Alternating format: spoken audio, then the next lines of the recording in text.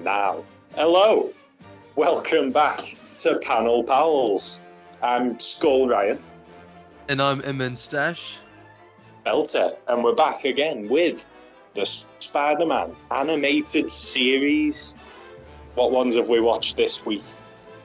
We've watched episode 2 and 3, the Spider Slayer saga, pretty much. Ooh, just part 1 and 2. We finally meet the man who just only says "my father," and then you. Oh, mate, It's he's the only obsessed. thing I can remember. Yeah. My father. Oh. You get introduced to my weight and mate. my father.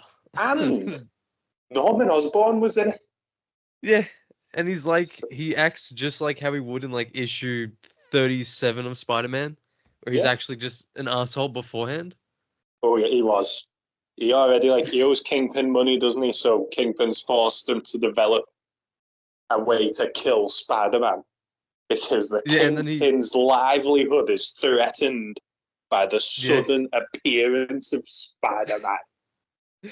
Even though when does Daredevil come into the play? Isn't he established yet?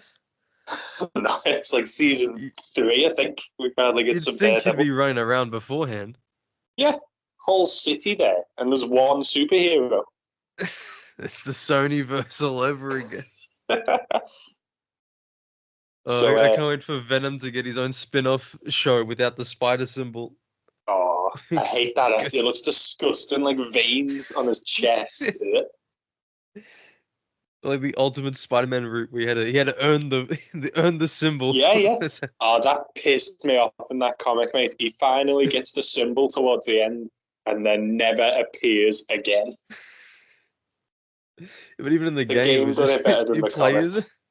Yeah, like playing it as a kid, I'm like, where's his symbol? Yeah, just black. As a kid, I'm not good enough to beat the whole game. So I kept getting stuck when you're trying to escape Silver Sable's crew. You know where the cutscene ends with it being like, at least we've still got Peter Parker. She walks off. That level took me ages. Isn't that where John DiMaggio's in that? And he calls him like a mutant? Yeah, he's one of the wild pack. Oh, no, yeah, on the bridge. Oh, mate, that's the sickest bit of that game. He's like, do you want to put you down? That boss fight as Peter, where you're kicking Sable's ass, and then suddenly she turns around and helps you save the people. And then when Venom is gone off with her, he's like, "You gonna go help her?" Thinking about it. That's the best transition from Peter to Spidey I've ever seen. Where he jumps into the limo and comes out the other side as Spider-Man and swings after. Sick, mate. He has done it that many times that he surely he can do it on command. Yeah. So these Spider Slayers, what did you think? I really like Spider Slayers.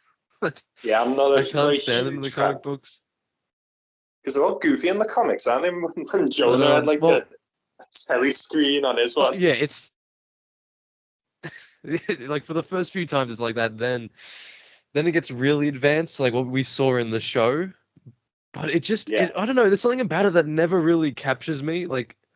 Maybe it's because it's just a giant robot spider. I think it's quite boring. Yeah. But it's just not enough.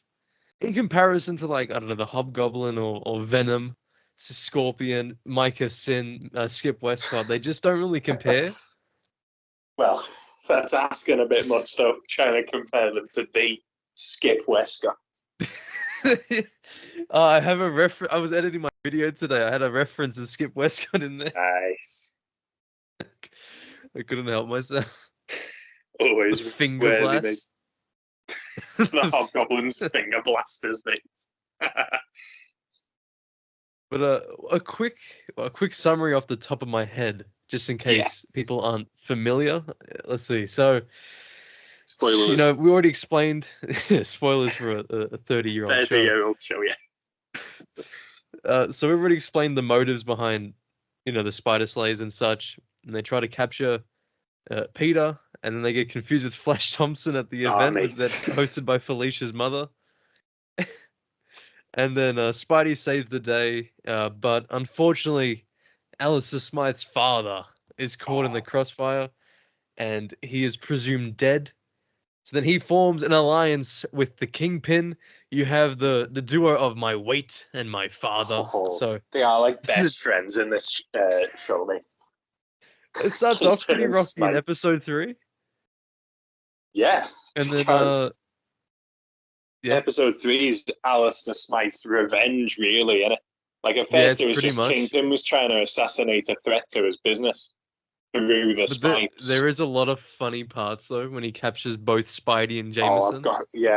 Spider-Man didn't shut up this whole episode, and I thought it was fantastic. Yeah, Christopher Daniel Barnes, I think, really, like, even just from the first episode, this is like a different level. Yeah. Because, I mean, I do vaguely remember a comic where Spidey and Jameson were trapped, like, in that sort of similar situation. Yeah. But just even, like, Jameson asking, like, what are you, nuts? You have to ask. Even when he was, like, when Smythe was just talking shit, and then Spidey says to Jameson, like, have you ever thought about becoming a family therapist? Yeah. Each time he just gets more and more pissed off. I'm looking for I did have him written down somewhere, but he just doesn't shut up the whole time. He's like, when Jonah's like, get him away from me, Spidey's like, you want a separation? I understand, but I'm hurt. You can see why the villains want to bash his friggin' head in. Yeah, they really do. I do like the idea of Spidey and Jameson being trapped in this like death situation. Yeah. And they have to like walk together. Rely on each other, even though they hate each other. Yeah. I don't like when Jameson's like, what if I just sit right here and do nothing? And he grabs him with one hand. He's like, he just like puts him, like holds him and just swings him. He does. He's like his child.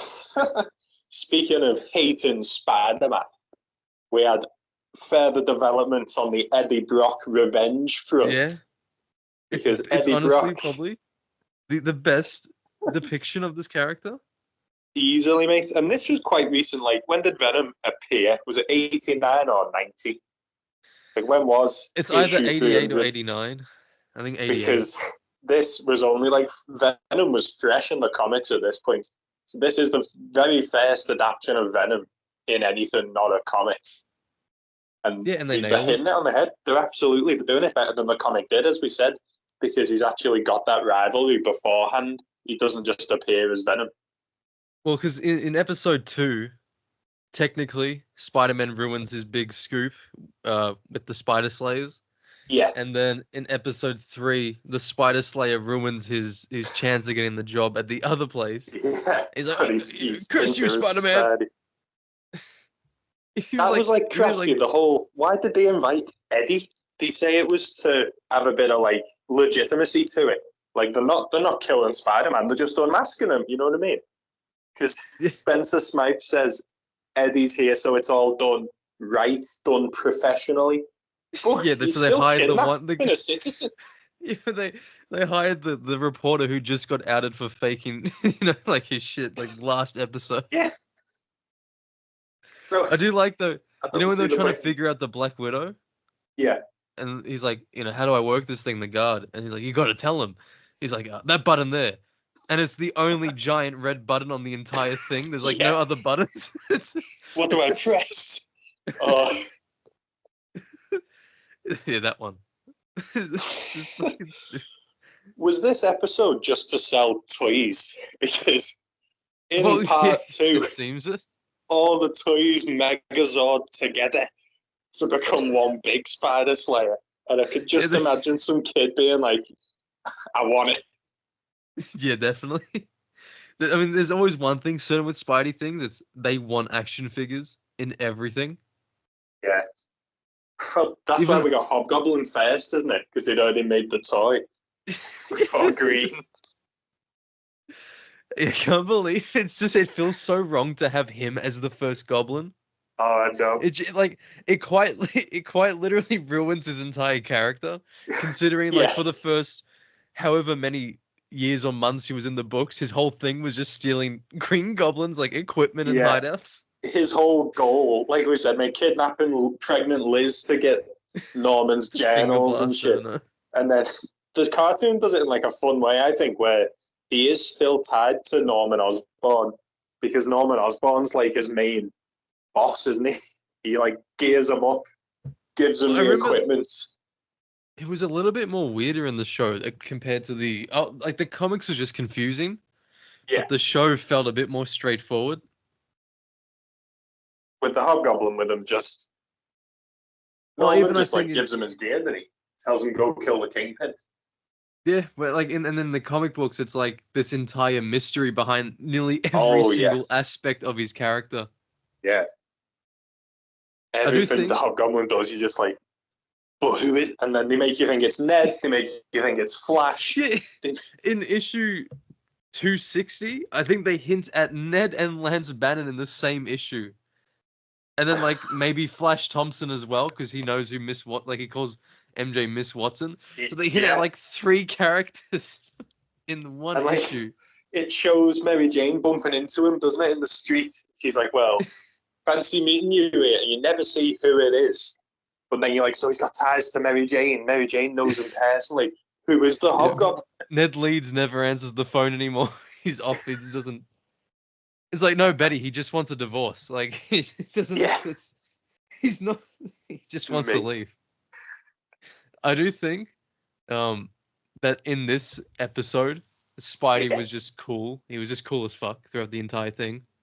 Oh, he got shit on it. He got He would have if the Spider Slayer hadn't attacked. I genuinely think he would have been going home with Philly shit. He was that close. I do find it funny. Like literally at the start of it, Aunt May is like, "Oh, but you should have taken MJ," and he's like, "I don't want to go on the blind date." And then it ends with like, I'm pretty sure like Aunt May continuing to like bug him about MJ. Yeah. And then episode 3 opens up with him on the phone with Aunt May asking him about MJ.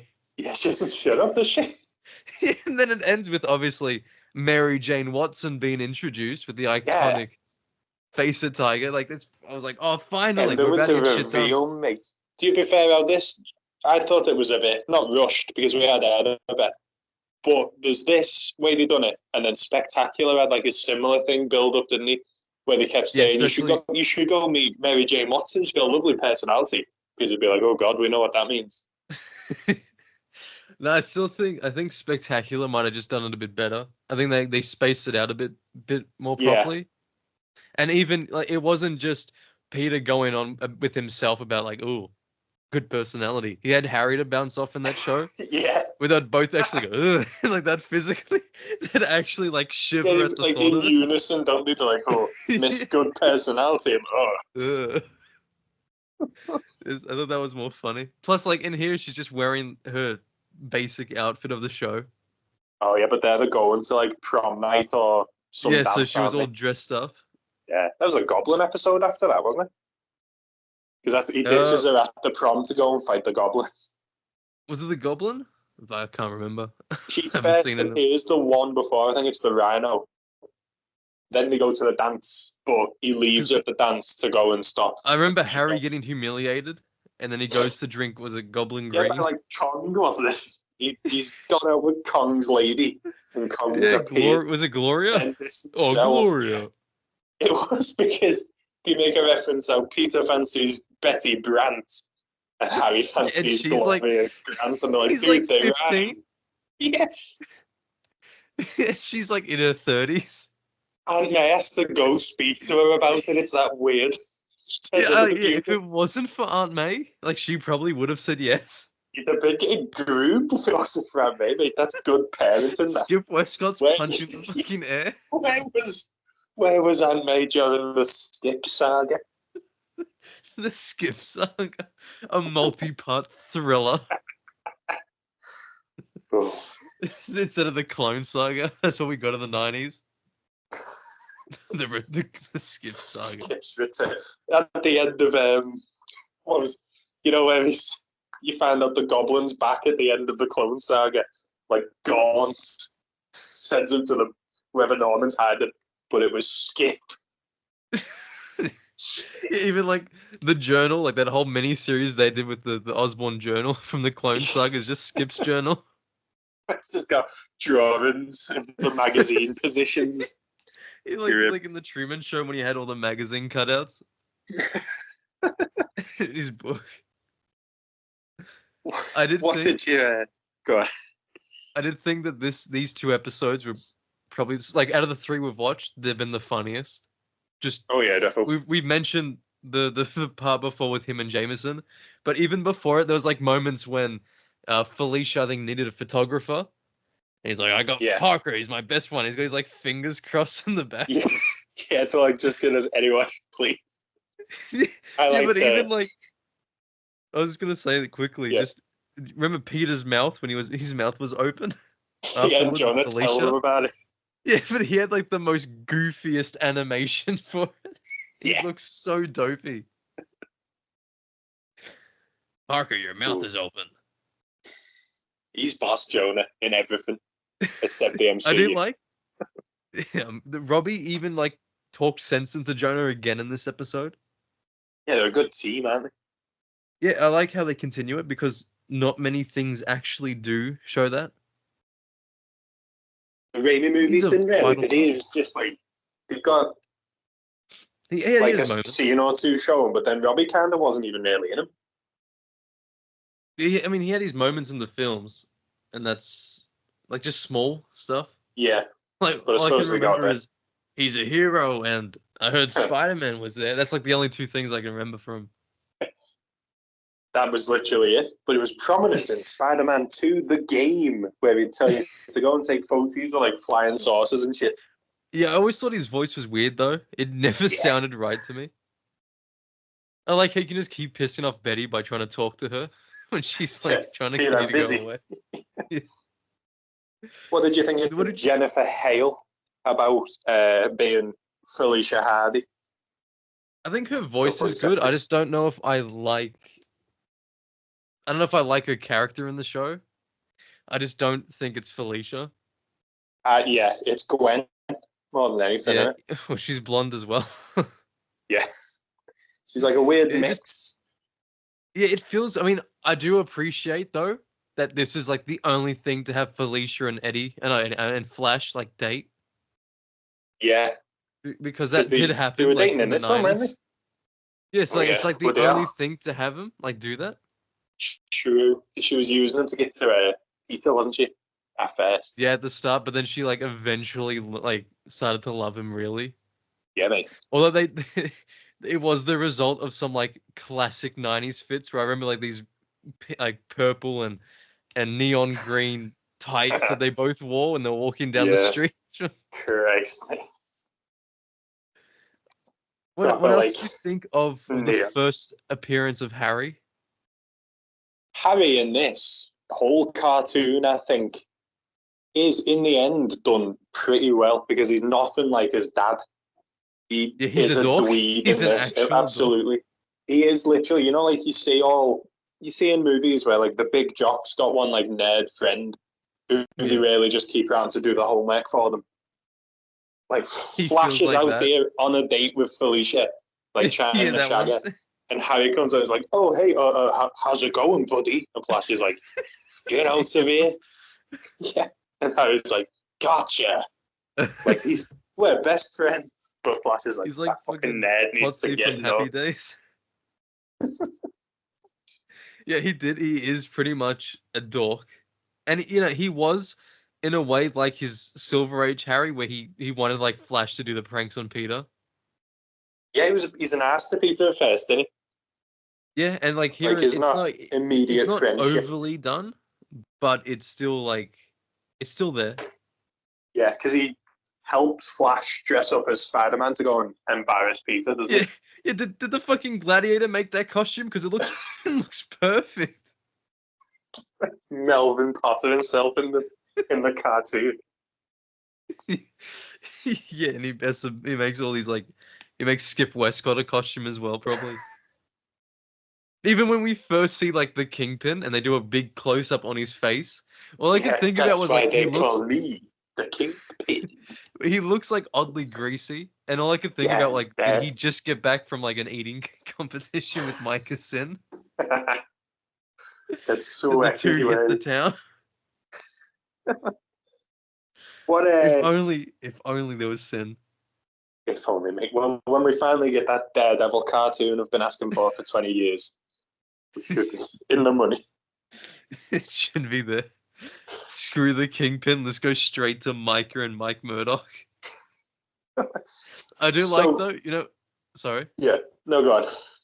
I was gonna there was when Flash came through. Yeah. And then Felicia's like getting scared because of Spider-Man. Then Peter's like, "Oh, it's just some imposter." And she's like, "Well, how will you know that? How do you know?" And then he's just like, "Oh well, yeah, maybe it really is him." I like the that. Spider Slayer takes. Spider-Man wants Peter to apologize. He does, and he goes, "That's a good start, but it's not enough." He goes, "Well, Spider-Man, what do you want me to say?" Sees the robot in the windows, and he goes like, "Ah!" So the kid goes, "Okay, ah." Little piss taker. He's like the only Peter Parker depiction that acts like Peter would. Yeah. He takes doesn't the piss. take any shit, does he, mate? He's like, yeah, he's got the banter straight away. He doesn't shut up to himself as well. He actually just talks to himself constantly, and he makes jokes with himself. When the Spider Slayer was chasing him near the construction site, he was just full on just joking. No one has to see my exterminator license. Yeah. He slams a big robot into the wall. Even just his quick thinking was pretty good. I think it displayed it properly in the show. At the start, especially with all the drones following him. Yeah. And even talks out his plan. It's not just like he figure it out and then you see it happen. He full on guides us through every step and how he just came up with it. Yeah, so crazy. What was on your notes there? I've got, it was very similar to, I think it's issue 5 of Amazing Spider-Man, where Flash dresses up like Spider-Man and gets kidnapped, only in that it was Dr. Doom who took him. Well, in this, it was the Smites. Do you remember that? I'm trying to remember. Like early issues. Go all the way back. I do remember, like, Doom wanted him to work with him. Yes, he thought he was a villain because of the bugle. Because of the backlash. All that shit. Yeah. Could you imagine if Spidey and Doom teamed up? Yeah, he was like, you know what? You're right. Fuck this. Yeah, he's like, do you pay? Because I remember at the time when he was so deflated when he went to the Fantastic Four, didn't he? They're like, well, we don't actually have wages here. He got so pissed Agents off. of Latveria. That's coming up, isn't it? Isn't that like the plot of 8 Deaths of Spider-Man? Yeah, like Doctor Doom, I think, picks him to work. Does this mean that like MCU is actually considering doing like a shitty storyline like that in Secret Wars and Doomsday? This is main enforcer is Tom Holland Spider-Man. You couldn't defeat the Vulture. Tom Holland and fucking, I don't know, maybe Turk. And Robert Downey Jr. it is, isn't it? He's going to, oh mate, that's it. I think we've sussed it out, mate. That is the plot for Doomsday. He's going to see that it's Tony Stark again and get back to bumming him. He's going to give him the symbiote or something. And he's going to go bad or something. I doom you 3,000, he says to the entire Avengers lineup. No way, mate. That's when it cuts to the credits. The Avengers are defeated around him. Takes off his mask. I doom you 3,000. Joe and Anthony Russo. He got like fucking Spider-Man going, good job, Mr. Von Doom. In his most like Disney voice he can possibly get. Zendaya's in the background clapping. Yeah. Could you imagine if Ned was actually the Hobgoblin in those films? Oh. It would be like the least threatening Hobgoblin you'll ever see. Once and for all, before all this new recent stuff, because now he's been the Hobgoblin, hasn't he? Like, yeah, in Zed Wells Spider-Man, he was. I know it was Roderick Kingsley, but was Ned actually ever actually the Hobgoblin? I thought it was all confusing. Bullshit. I thought he was just framed for it like Flash was. But people online now are saying he was at this point the Hobgoblin. Well, because I do remember in certain parts of the books, it was like he just got brainwashed to do it. Yeah. But then they changed it to like, oh no, it didn't happen. And then maybe it did. And so I just sort of think to myself, you know what? They were all Hobgoblin at one point. They must have been. I just remember the panel in Spider-Man versus Wolverine where it shows him getting assassinated. But I thought that was in Peter's head. So that's Peter thinking that's how it happened. because he is wearing the Hobgoblin, shirt. He's just not got the mask in the panel. But as I say, I think that's just Peter imagining how it went down. Well, I mean, it's an interesting book as well, because I mean, unless you're really into the comics, I feel like not many people would actually even know about it. Yeah. So it's weird. It's like something that just changes, I think, all the time. It's whatever the writer wants, pretty much, and the writer never knows themselves. I'm just going to assume Zeb Wells fucked it up like everything else. That's just the way to go, isn't it? That's the safest way to look at it in my mind. Zeb Wells was at fault for the reason why this show was censored. He was the censorship. I do like when Jameson was like, I'm a laughingstock to all the news publications, and even Fox, he screams. Even Fox. There was so many just fucking good jokes. It's a bloody good cartoon, and it's so far it's had action and jokes and adventure. Love as well. When Felicia bloody leaps at him. Oh, mate, she was when he's all over him. He's could have had a boring blind date instead of this. Yeah, right. She was also in the not cartoon. She was in the game as well as Felicia, weren't she? The PS1 game. And was it Jennifer Hale? I'm pretty sure she's one of the most prominent voice actresses in general. For when it comes to Spidey stuff? Not just for everything. I'm pretty sure she's if you pull up her filmography, she's been in nearly everything. Yeah, there's always those few actors that just take whatever they can get. Yeah, and then the list is always just so long. Who did we discover John was the DiMaggio. definitive one for was it Granny that? Who the fuck was it? Oh yeah, the fella who plays Jonah Jameson is the definitive Granny Goodness. That's right. Cool, you would never guess that. I do like though with this. Well, in Jameson in this show, you can listen to him and not get a headache after a while. He's not just raw and everything. Yeah, he actually speaks normally for his voice. We mentioned it last time, but it's just quite literally his voice is a bit rough. Yeah. Whereas in the Spectacular show, he's in Spectacular Spider-Man, he'd have no voice after 2 seconds of talking. Yeah, all he does is scream in it. Everything's got that the rumble in the back of his throat, roaring everything. Yeah, and then certain other ones just took it next level. What else did you think of the voice actor for Harry in this? Because I mostly am used to wasn't it the guy who played Mysterio in Spider-Man 2? His voice for Harry? James Arnold Taylor. Taylor? Yeah. Yeah. And he was Harry in Spectacular, wasn't he? Yeah. I always usually hear that voice in my head. Ooh, I think his voice, it was good for the show in Spectacular, but it's too childy as Harry for me. In my mind, when I'm reading the comics, it's this Harry from the 90s when it's Harry. And when it's the Goblin, it's this Goblin, but it's all mixed up, you know what I mean? Well, because when I was reading the Hobgoblin story, I was trying to bounce back and forth between the voices, and it did feel a bit weird when it was coming out of this clearly adult Harry Osborn. Mm-hmm. But then at the same time, it's I've memorized James Arnold Taylor's voice more than the other one, so that's all I could hear, really.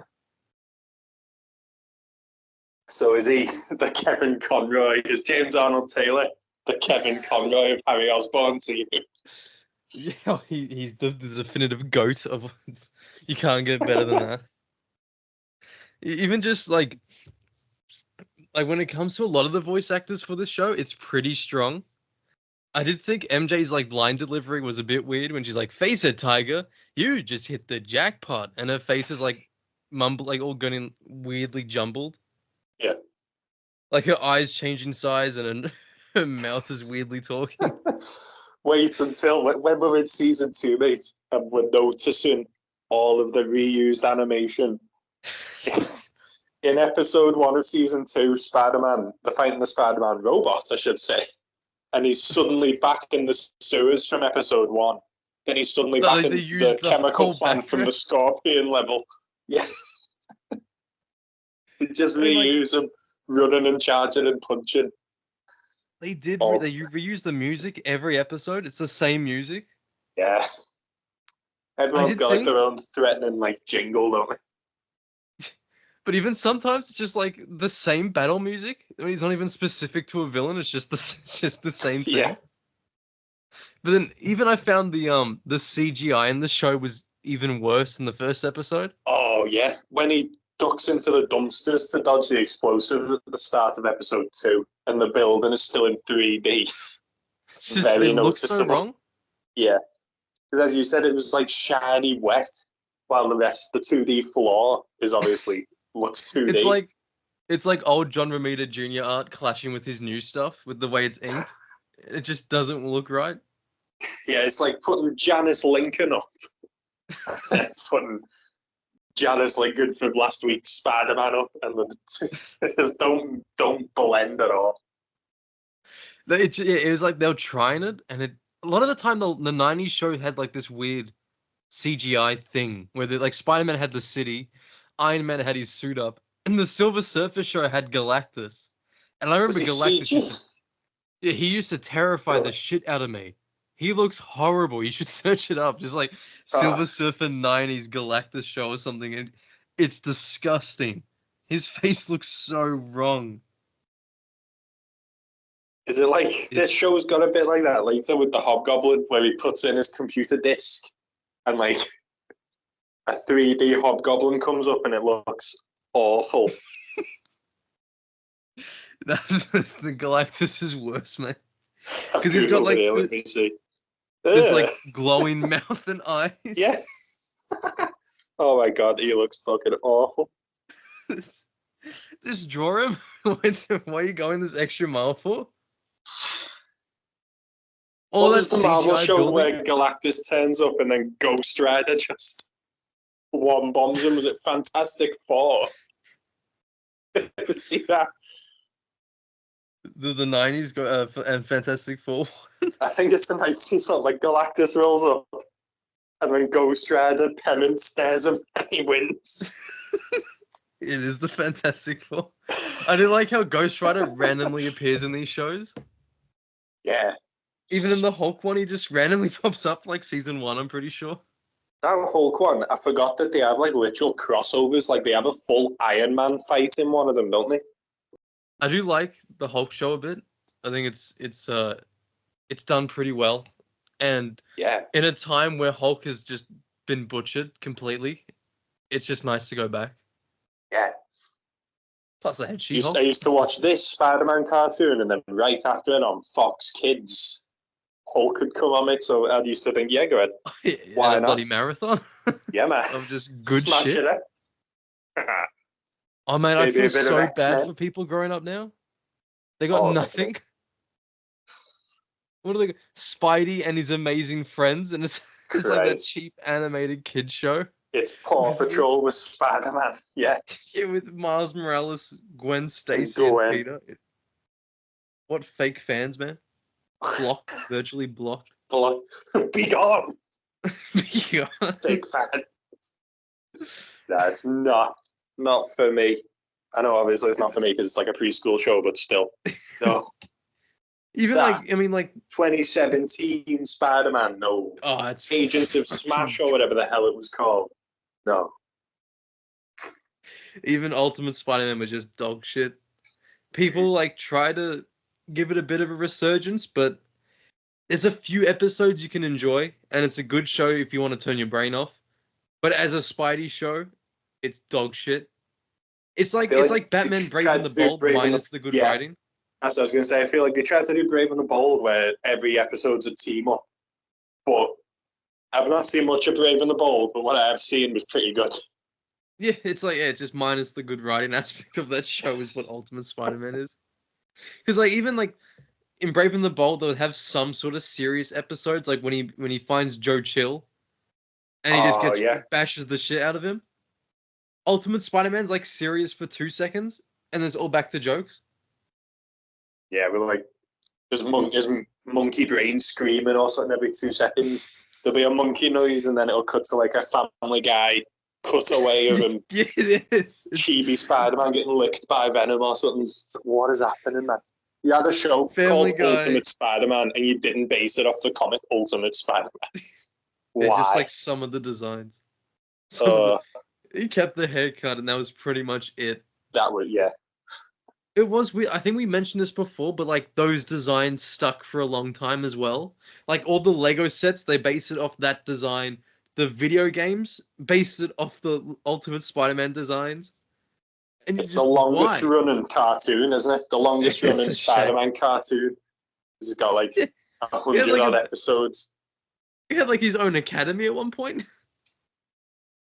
It got real messy towards the end, like Sandman's just like this living island or something. Was it Amadeus Cho? Who the fuck? The Teen Hulk. Yeah, but wasn't he like Iron Spider in that? Probably, mate. Did they not have the Misfits, mate? What was it? Toad, Leapfrog, and Spider Boy. They not turn up. That would be the perfect show for it. Yeah. The only good memorable thing I remember from that show was this like one, I don't know if it was a Christmas special, but for like 10 minutes, or not even 10 minutes, like 5 minutes, the animation style changed to like this comic book look. Ooh. And he fought the Enforcers, and it just felt like, okay, this is cool. And then it went back to shit. I'm like, no, just stick with that. Just go back to that. You know what I think had a really good style? It's just a shame it was so like wacky. Spider-Man Unlimited. Like, yeah, character design wise, I think they're all quality. Mary Jane's banging in it, mate. Except for like weird Venom and Carnage. But if they did that, go on. No, it was just like the shading was really nice. Yeah, they had a lot of dark tones, like complementing the more lighter colors. Yeah, and if it they just took looked them better designs and just made it like follow the comics along. That's it. It's perfect. Yeah, it felt like in a way. Obviously, there was a lot of errors, but yeah, some aspects felt like it was the animated series continuation. Yeah, well, they play the intro in the first episode when Spidey first appears, but there's too much clash, isn't there? Like, why are Venom and Carnage back? Why are they now friends? And why are they like this weird sort of monster that doesn't really need the human body but does at the same time? Yeah. Why do they only merge together once? Remember when they did that episode? I hate when they do that as well. Like, for some reason, it's such a... I know it's like an easy way to sell an action figure or a Lego thing, but just stop. Lego did it, didn't they? Yeah, they had like... Is it Lego Marvel Superheroes 2 or something? Yeah, you can fight together. Venom and Carnage together. It's shit. It's like when Molten Man and Hydro Man merge together. It's just stop it. Ah, mate. The mud monster with the Sandman. They both fancy the same girl, so they become one. Woman. She wasn't even like fit. She was just like this random like middle-aged beast lady. Sandman used to hang out with Silver Sable, mate, so he knows gorgeous birds when he sees them. And he goes for it. What's this trend of giving villains symbiotes to make them more of a threat? It was okay in PS1 with Monster Rock. It was shit when Norman Osborn did it with Carnage. What about when Silver Surfer got the symbiote? Yeah, mate. What did he call himself? Like the Carnage Cosmic? Cosmic Carnage, yeah, I think so. Oh, that was baller. It's the most random fucking thing ever. Have you seen that panel? It doesn't actually happen because it's a Mysterio trick. But Mysterio conjures up Venom Galactus to fight Spidey at one point. That's boss. Yeah, that's why he's the GOAT. That's why Mysterio's the best. I can't wait to get Mysterio fight, you don't know what you're dealing with, man. You could be in the Wild West. You could suddenly be on a pirate ship. Yeah, you could. I love just even when Spectacular did it first, but when he puts like the blindfold around his head. Yeah. And just trust the Spidey sense. It's sick, and Far From Home stole it from Spectacular. and made it worse. I don't even think it was in the comics. I can't remember. I don't recall a moment with like him actually fighting his illusions with blindfolded. I recently read some early Mysterio, and no, he doesn't at any point tie around him. He the first issue of Mysterio ends with Peter. He puts a spider tracer on him as Peter while he's shaking Mysterio's hand, because Jameson's like, "Look, everyone, it's the man who killed Spider-Man," and like, "Oh," and then Spidey tracks him down and just beats the shit out of him on like the movie sets. Yeah, that's right. Then it's there's cool as fuck. The cool one when Mysterio makes Spider-Man think he's shrunk him down. It's all mind games. In the like issue 60s, isn't it? Like around 67. That's my favorite Mysterio story ever. That mate. The Romita covers were sick. Bullshitting him. Yeah, to squash a spider. He's huge in the background. Love that shit. Even just like the ones where he in like near issue 200, where didn't he help the guy who killed Uncle Ben or something? Mate, that's such a plot. That wasn't a Mysterio plot. That was a Quentin Beck plot. He at no point he pretended to be a doctor to have old people come into his care home. Then he would neglect them until they died.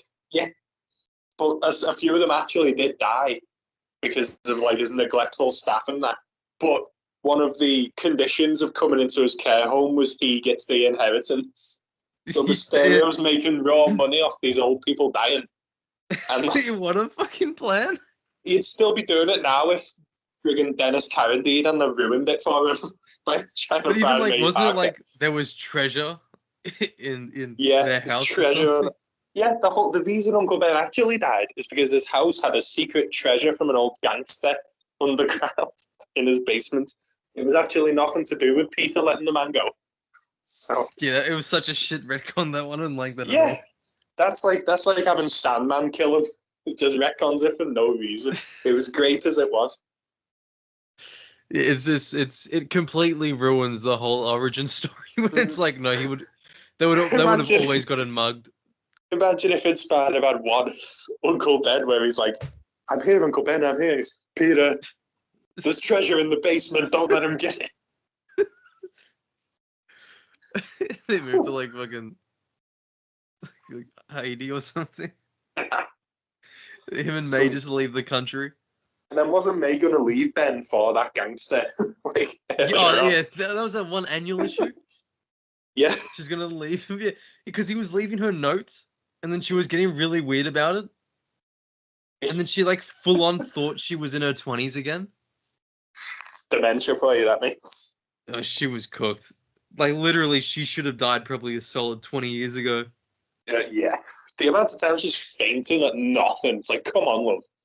It's just for attention now. Aunt May's just a massive attention seeker. Yeah, she's fine. After like the fourth time, Peter should have been like, no. This early 2099, Miguel does exactly this. His mum pretends she's dying, doesn't she, in like issue like 11. And like his brother Gabe and Dana are all like sad around the bed, and just cuts to Miguel and he goes, "Are you finished?" Do you remember that? Yeah, it's like you could have it so like either she's faking it, or she's like quite literally on the verge of death. Peter's like, "Come on, Aunt May, what are you faking?" Pick one. I can pick one. So she gets the crying wolf, isn't it? Yeah, I mean, like, she, as an elderly person, it's probably not a good sign if you're fainting every 2 seconds. Yeah. It definitely means your brain is shutting down. Well for that shit, mate. Get her in the nursing home already, mate. Get Quentin on the line. What if he would never have gone back to being Mysterio if Spider-Man hadn't busted in? He says, I'm pretty sure he says to him, I didn't intend on it finishing like this, but you forced my hand. But if like the Amazing Mary Jane story was like, instead of Quentin becoming or making his own masterpiece of a film, he returned to the nursing home and he finished off his legacy. And Anna gets inducted into his nursing home. I swear to God, I hope it'd be like the Anna from this show. So the bitch die. Yeah, let her die, mate. Isn't she gonna be in like the next episode now? Yeah, I believe the next episode's Mysterio, which has quite a bit of Mary Jane. Yes, fucking the Mysterio and Mary Jane. The dream team. Can they make him? It's gonna sound wrong. I was gonna say, can they make a movie? Can they make a film?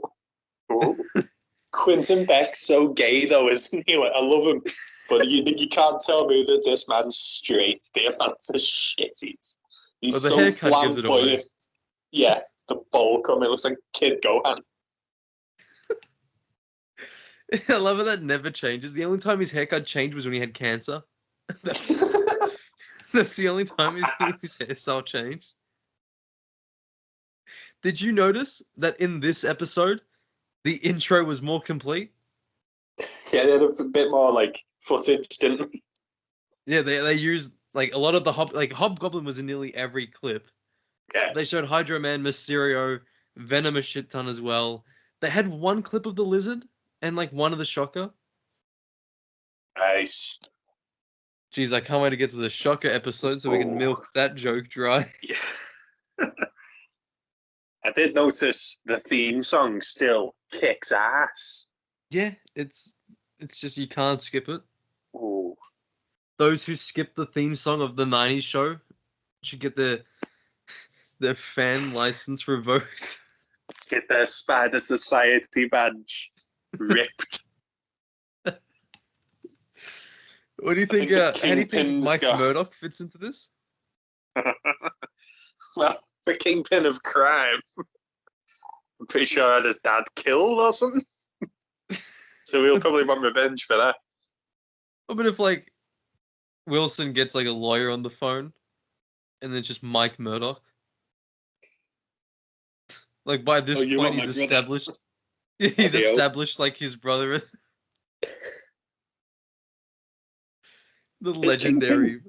Been in any other animated series after this? Like, I know he's not in Spectacular. He's not in Unlimited. Because will it have been after this when they decided he's only Daredevil? Yeah, he's not in Ultimate. Spectacular. Not in Ultimate. Spectacular was annoying because they had Tombstone as like the Kingpin, which I thought was a bit weird. They were hinting at Big Man as well, weren't they, with Foswell? Yeah, they were the Big Man. When are we going to get Crime Master? Lover's Mask? That's like one of the best things about that show for me was how it just adapted the Silver Age like gang war. Yeah, that episode, the Valentine's one, with like Doc Ock, Tombstone, and Silvermane all just kicking off. And even like having Green Goblin go after territory is so 60s Norman. I love how they had like different crews as well. Like Tombstones were all like the gangsters and that. All the new like super villains were on Doc Ock's team. They're like in factions, you know what I mean? And here it's just more like you only had Kingpin's goons, pretty much. Yeah, there's no gang rivalries here. It's just everyone knows Kingpin's in charge here. Yeah, they're bloody stupid, mate. Like we said before. Yeah. Big red button. How do I turn this thing on? Well, he had a quality line, that fella, because when he comes in, he like knocks Eddie Brock over. He goes, hey, I got First Amendment rights. We just amended them. Ball of it. Yeah, they're like this show or these two episodes were the funniest ones I think so far. Yeah, there was just so much shit going on. When Joan is like, you telling me Spider-Man's just some punk kid? But even like when Smythe has gone on about all the people he hates, and Spidey's like, "Well, you must hate the festive season or something." Yeah, it's like Christmas must be real for you. But even like when Spidey ripped the door open and the guard went to check on, he's like, knock, knock, and he just kicks his head in. It's class. I appreciated as well that he ran out of web fluid in this. Yeah, and he stops and he goes, I'd better change my web cartridge. And he's even like, oh, in this scenario, I don't have the time for it. And he makes note of it. in episode 1, it was like the web density was getting like shit because of the fact he was running it was low. too damp or something in the sewers. It was too damp, so he was like his consistency was getting a bit shit. Yeah, and then he had his like almost run low on web fluid, and then here it's like he actually ran out. Yeah, and it wasn't when he was falling for one. I hate that fucking trope It's of him always falling. he's falling. Better shoot a web. Uh-oh. I like though in issue 261 where his web shooter just malfunctions and it basically just explodes on his hand. Yeah. It just solidifies and he's got this like it's like in the game where he has the web gloves. Ah, sick. I miss the web gloves. Like only 3 games use that. Yeah. It's not often seen, is it? I don't understand how he does it, but it's still cool. Yeah, it's cool as hell. In this show. In one of them, yeah, go ahead. He does like the liquid web. If you notice that. Yeah. What were you gonna say? I was gonna say, what was it? What was I gonna say? It was something about his web. Oh no. It'll come back to me anyway. My web. Kingpin in this, top quality. I like how he's not actually bumped into Spider-Man yet, but he's seen that he is a threat to his operations. He's even preemptively striking. Yeah, the Norman connection. He's like, hang on a second. That's Smythe. Hang on a second. He's like, I noticed this whole thing. Like, you win either way. And he's like, yes. Yeah. That is why I'm the Kingpin. Yeah. Either Spider-Man's destroyed or you get Oscorp. You win either way.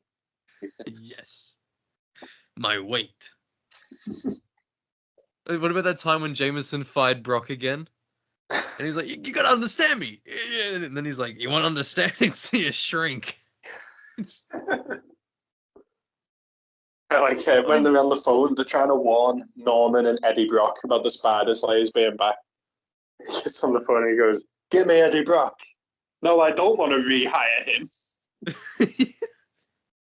Yeah, he fires him like I could have sworn he was fired in episode 1. I think it was 2 that he got fired because in episode 1 he just makes a fool of him, don't he? And he's like, "You want that newspaper raw or cooked?" I remember that part, but I thought like he would have surely lost his job over like the entire thing. Over the Connor's lizard debacle, mate. Because it like ruins his credibility. It does fuck his credibility. But I think it's in this one at the end of episode 2. He tells him how like his little stunts cost him so much money and his respect. So he's actually sacked. Then in 3 he's going to the Globe, innit? Yeah, and then the Spider Slayer ruins it for him. Yeah. And so then he blames Spider-Man again. Until the Rhino, and then that's how he gets his job back from the photos of the Rhino at the shuttle. I feel like it makes sense. But speaking of the Rhino, in the intro, I always just fucking like laugh at that one clip of him on that like tied to the helicopter. Yeah. Using Rhino as a wrecking ball. Quality, mate. Did you notice the jackpot reference during his like talk about blind dates before he actually met MJ? It's like the lottery, isn't it? Going on a blind date, it's like a lottery. You really hit the jackpot. I thought it was a nice little nod to like literally the end of the episode. Yeah. Spider Slayers in general, yeah. As we say, they're a bit shit. But I do know of one instance where they were quite cool, and that was the Amazing Spider-Man video game. Oh, yeah. As they did oddly look like the ones from this show as well. Yeah. One of them looks like Megatron, but if he was like a snake.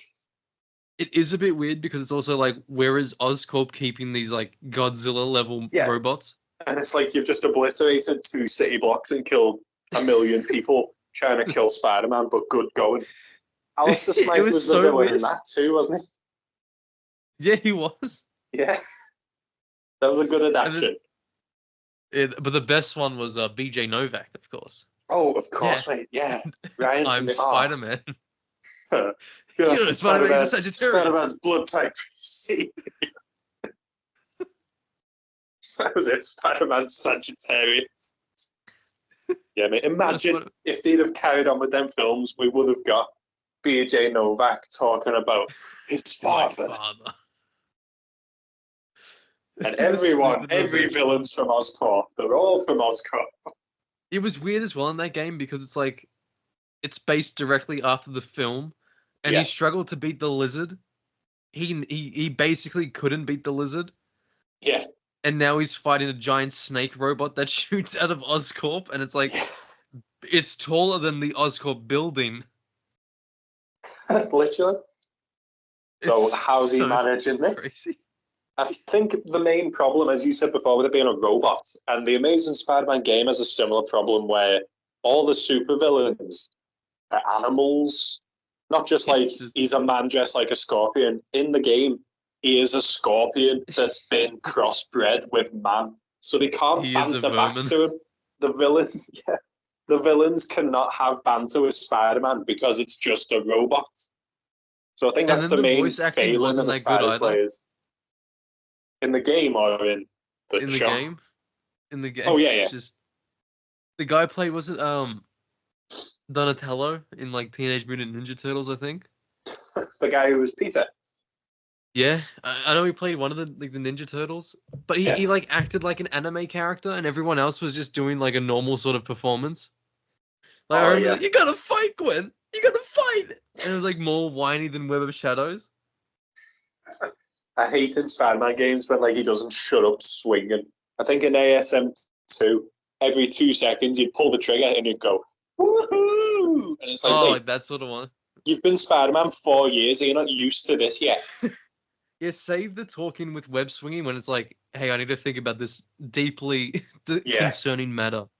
Shouldn't just be going around and go, woo, that was nice, as he's just swinging. Shut up. Yeah, but his catchphrases were shit in that game as well. Like, Spider Slam. I'm still working on the catchphrase. Like, shut the fuck up. What's wrong with you? Yeah, absolutely, mate. He did steal the Thing's catchphrase in this episode. Yeah, and he mentions it, doesn't he? He goes, not to steal someone else's catchphrase, but it's clobber and tie. All this setup, the Scorpion episode's got a Fantastic Four reference too. Well, even, episode 1 just fucking nailed it as well. Shut them out, mate. They know what they're doing.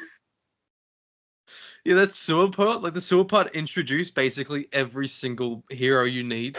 Yeah. So and then you watch that and then you cut to Secret Wars at the end. You're like, you've been there the whole time. Well, it's established pretty much that Daredevil should be alive if all these other heroes are. Yeah. So it would have been cool, like, if Daredevil had fought Kingpin beforehand. Yeah, because it is their first meeting, and he knows it's Wilson Fisk, but it's his first time ever seeing Daredevil in that episode. The Kingpin's first time seeing Daredevil, which is a bit... I just wish they would have done more with it. Yeah. It's like nothing's happened in all them years.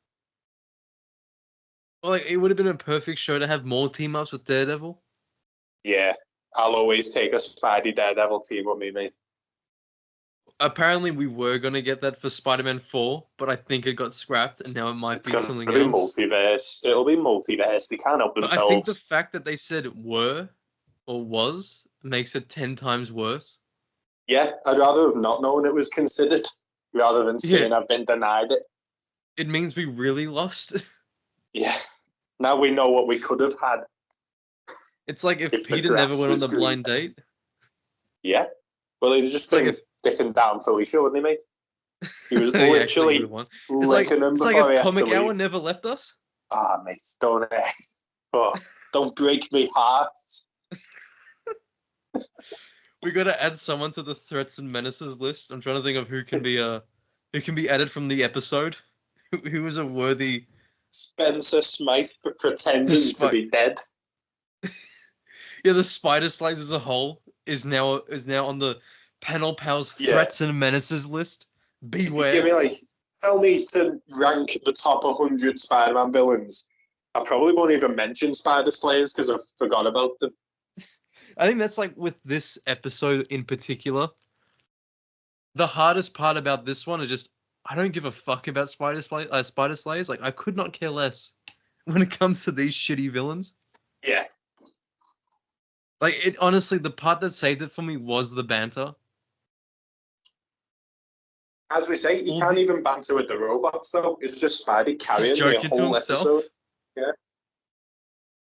So that's when that dog ran into the street and the stupid little girl chased after it in front of the big robot Scorpion. Is that the same girl voice actor that does, like, the one that's sick? It sounds just like before. Cool. And they changed her gender too, mate. That was a boy in the comic. Yeah. Of course it was a ginger boy. Yeah, Kid Spider-Man was a little boy, was it? The politicalness of this is disgraceful for my eyeballs. They're all fake fans. Be gone. Detective Terry Lee is just gender and race swapped George Stacy. Hey, we see her next episode. She's sick. I can't believe they never bothered introducing her in the cartoons. Well, it is a bit interesting with some of the choices they do make when it comes to their characters and who they introduce, who they don't, and then how they go about it. I mean, we've already mentioned Felicia. Yeah. Gwen Stacy. They're a bit funky. It is a bit like comics, sorry. But it is a bit like Tim Drake in the animated series was just basically Jason Todd. Oh, it was Jason, yeah. Even down to his dad being like a scummy criminal. Yeah, was he still in hubcaps though? I can't remember. I think he was just trying to take the whole tire off the Batmobile. But like his dad had mugged off Two-Face, hadn't he? Yeah. Well, in the books, Jason's parents, I think, had mugged off Killer Croc. I do remember some sort of beef with Tim and Two-Face though in the books, but I could be wrong. I just remember all the spoiler stuff where he was trying to like spoiler got teen pregnant. That's to give it away. Isn't it weird that he's like the boyfriend they forced him to have was a perv back in the day? What? Tim Drake? Bernard. He's gay now, isn't he? Yeah, Bernard. He's now boyfriend. Yeah. Was basically a perv in the old books. Oh, was he? I thought he was like a brand new character that they chucked in. I'm pretty sure he used to perv on like Tim's mother. Really? Christ. He's down bad. Didn't she die? And then he's only got his dad. I just remember one panel where he like shuts the door and he looks interesting. Did you like last year I read a shit ton of Robin as well, just to see. I don't remember ever seeing his mum though, and his dad was in a wheelchair after like No Man's Land. It was his stepmom. He shuts the door and he's like, "Oh man, and then he screams, "Oh man!" Drake, your stepmom is so hot, and he's like, "Bernard." And now 20 years later, Tim Drake is shagging Bernard. He's playing 40 chess. It's like what Prometheus did to get close to midnight by shagging him, letting him get bummed by him, just to stab him in sleep. Do you think the Punisher Max Kingpin origin is canon to the animated series? Yeah, except his name's Moriarty Wilson instead of Wilson Fitz. Do you think he got shagged in prison? Absolutely. Is that why he's so conscious about his weight? Because he didn't get called like fat boy? Yeah, he did. What? My weight caused me some difficulties in prison. It's like you can see the fire escape in prison. It's giving him flashbacks to the ladder that he couldn't climb. I can't wait to get to that. My weight. Yeah, mate. We're not far, I don't think. Soon, hopefully. Did you like how in this episode, Spidey, I mean, granted, when he's like, and my suit's ripped, he basically just ripped the hole himself because it looked fine. And he's like, he just grabs it and just yanks it. They're like, no, okay, you ripped it yourself, mate. But Did you like how he actually sews? I thought it was like nice to see him do that. I mean, because he says, doesn't it, the bad thing about having a secret identity is you've got to do your own sewing. Yeah, now it's like all nanotech. Yeah, literally nowadays he'd plug it in like 60s Iron Man and just wait. Also, one thing I noticed from my notes, I mentioned that when Norman's on the bridge with his car. Yeah, and there's no other people on the bridge. There was not a single vehicle. Yeah. Not even in like the far distance or like even something closed off. It was just nothing. There's no way that New York City ever has no one on the bridge. It is pretty ironic that he put arresting Norman Osborn on top of the bridge. Yeah, we'll be back there in a little while, won't we? Yeah. He's like, I never much like Mr. Osborn, but for Harry's sake. But at this point, Harry's kind of a dickhead, though, isn't he? In the Hobgoblin one, he asks him to move in with him, and he literally says, basically, it's because my dad won't let me move in with Flash because he's a bad influence. So I'm up to it. And he calls him Parker instead of Peter. So you can tell he doesn't really like him. He just wants his dad to pay his bills. Well, yeah, like in the comics, they were actually buddies by then. Yeah. Or they were forming buddies? Weird. Like with this, I know they call it the swinging 60s, mate, but I'm pretty sure at one point, Peter, Harry, Flash, Mary Jane, and Gwen are all like just swapping who's shagging who. But like the main ones was like, it used to be like Gwen was in like two of them. No, that's wild. Gwen was with like Harry and then like Flash, but then when Peter came along, it made that like love square. Yeah. And then MJ came along, and then she was with Peter, and then MJ went to Harry she went to Flash, then Harry for a while, then Gwen and Peter went steady, and then MJ was sort of bouncing around the two of them. Yeah, party girl, mate. Yeah, he married a buff. No, that's great. And then she's always trying to involve Liz in it, mate. Yeah, I mean, is Liz even in the show? I can't remember. Yeah, she's in Hydro Man, where she works in like a shitty like diner because Peter comes to ask her if she's seen Mary Jane. Harry. Mary Jane's hiding out at Liz's while Hydro Man's on the prowl. And then in the wedding episode, it ends with her telling Harry, please don't kill Peter and Mary Jane because I fancy her. And he goes, oh, okay. And goes home with her. So she is in it, but it's very rushed. Yeah, I can't even remember being in it. All I remember is just like Aunt Anna just being such a dick. Such a prick. Do you think spider sense should work on robots? Yeah, I think because it poses a danger.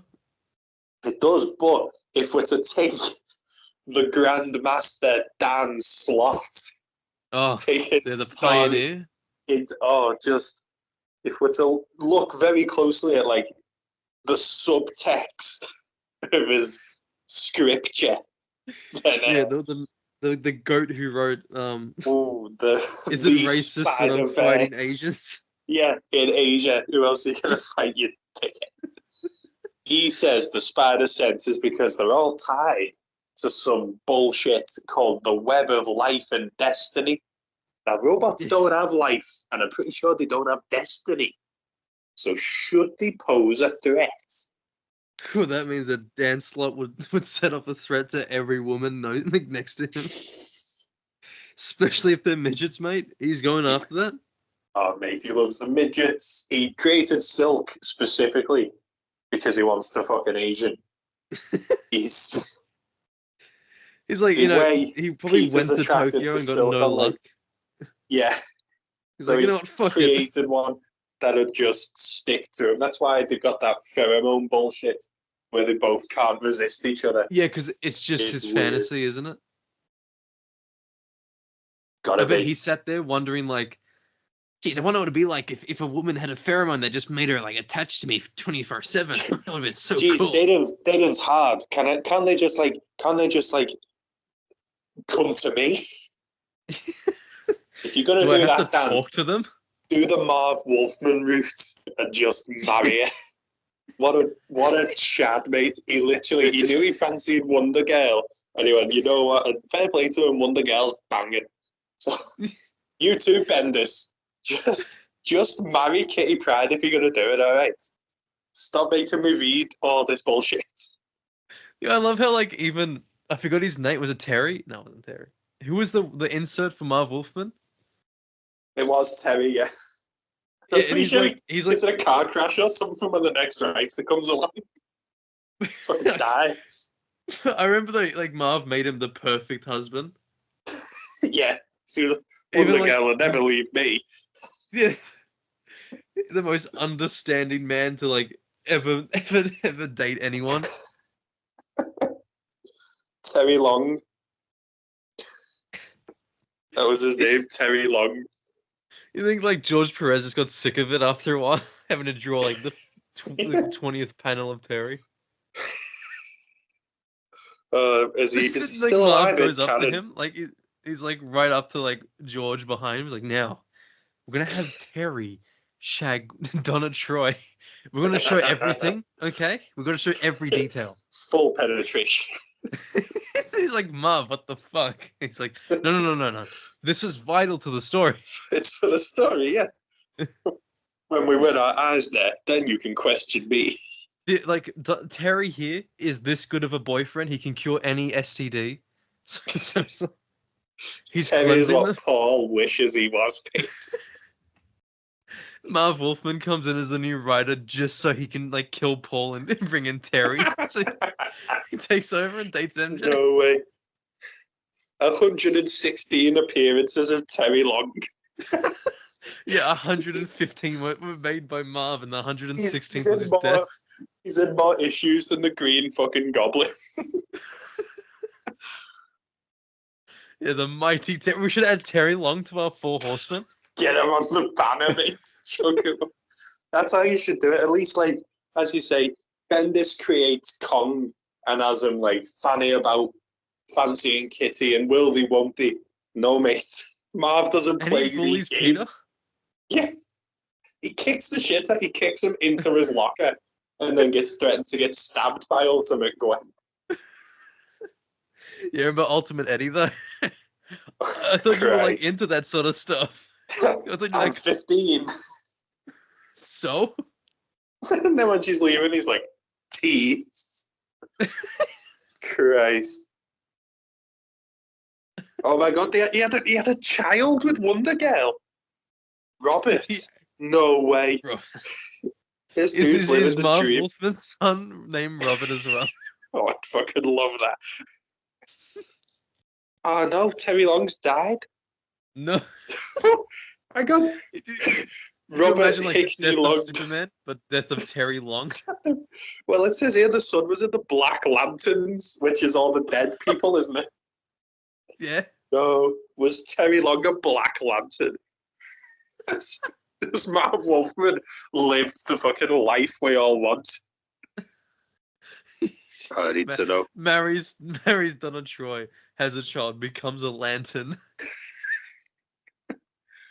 Does he still have that afro, that beautiful orange afro and beard combo? He does in this in his Wikipedia picture. He does.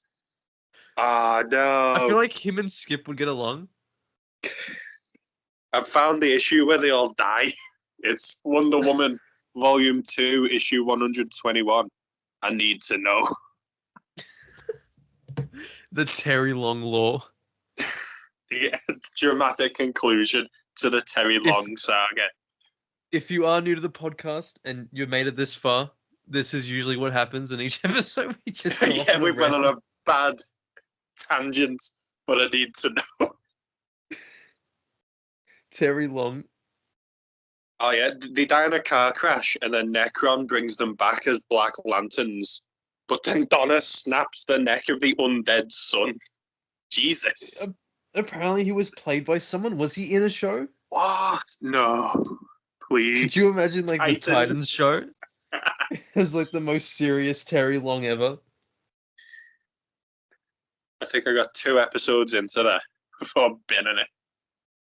It was weird, because some episodes I enjoyed, but then others ones I was like, this is shit. I thought like some of the costumes were decent. Like Hawk and Dove had really good suits. Yeah.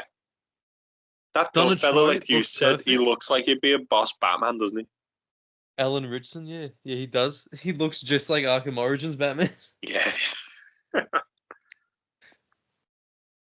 Even like, I mean, Brendan Thwaites, I think his name was. I think he did a pretty good job considering what he had to play Nightwing. Yeah, he looks like Dick Grayson would, doesn't he? I think his suit was just a bit too bulky. I thought Oh, for wait, this one Nightwing, was it's alright, like, didn't it? Maybe I should give it another go. yeah, there's some episodes where like this, it gets pretty long. Even like It's heavy Batman's long. like in his 60s or 70s. At least they had the balls to show Batman. Like, instead of just either just leaving it to the shadows or to references. The I whole think he did the Arrowverse has Batusi. like one fucking Batman. No way. I can't remember. I think Titans Bruce dancing. I Yeah, remember, he was does the it? Batusi. Just search it up, like Titans Ah, Bruce dancing. It's fucking wild. nice. But He has like the showgirls next to him as well. He's just fucking going at it.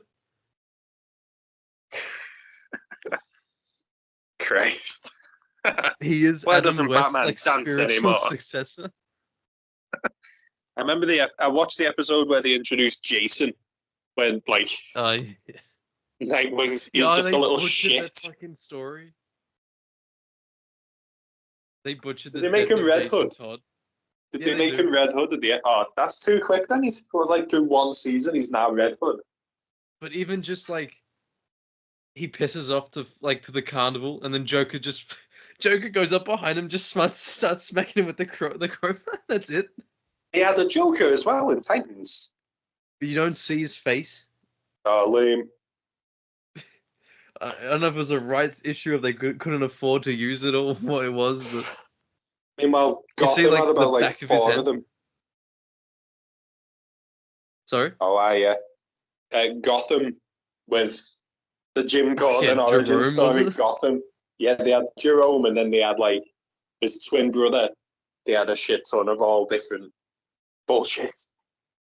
Yeah, So they yeah, oddly Joker's all mashed up. looked Just cool. his Well, green. like most of them looked cool.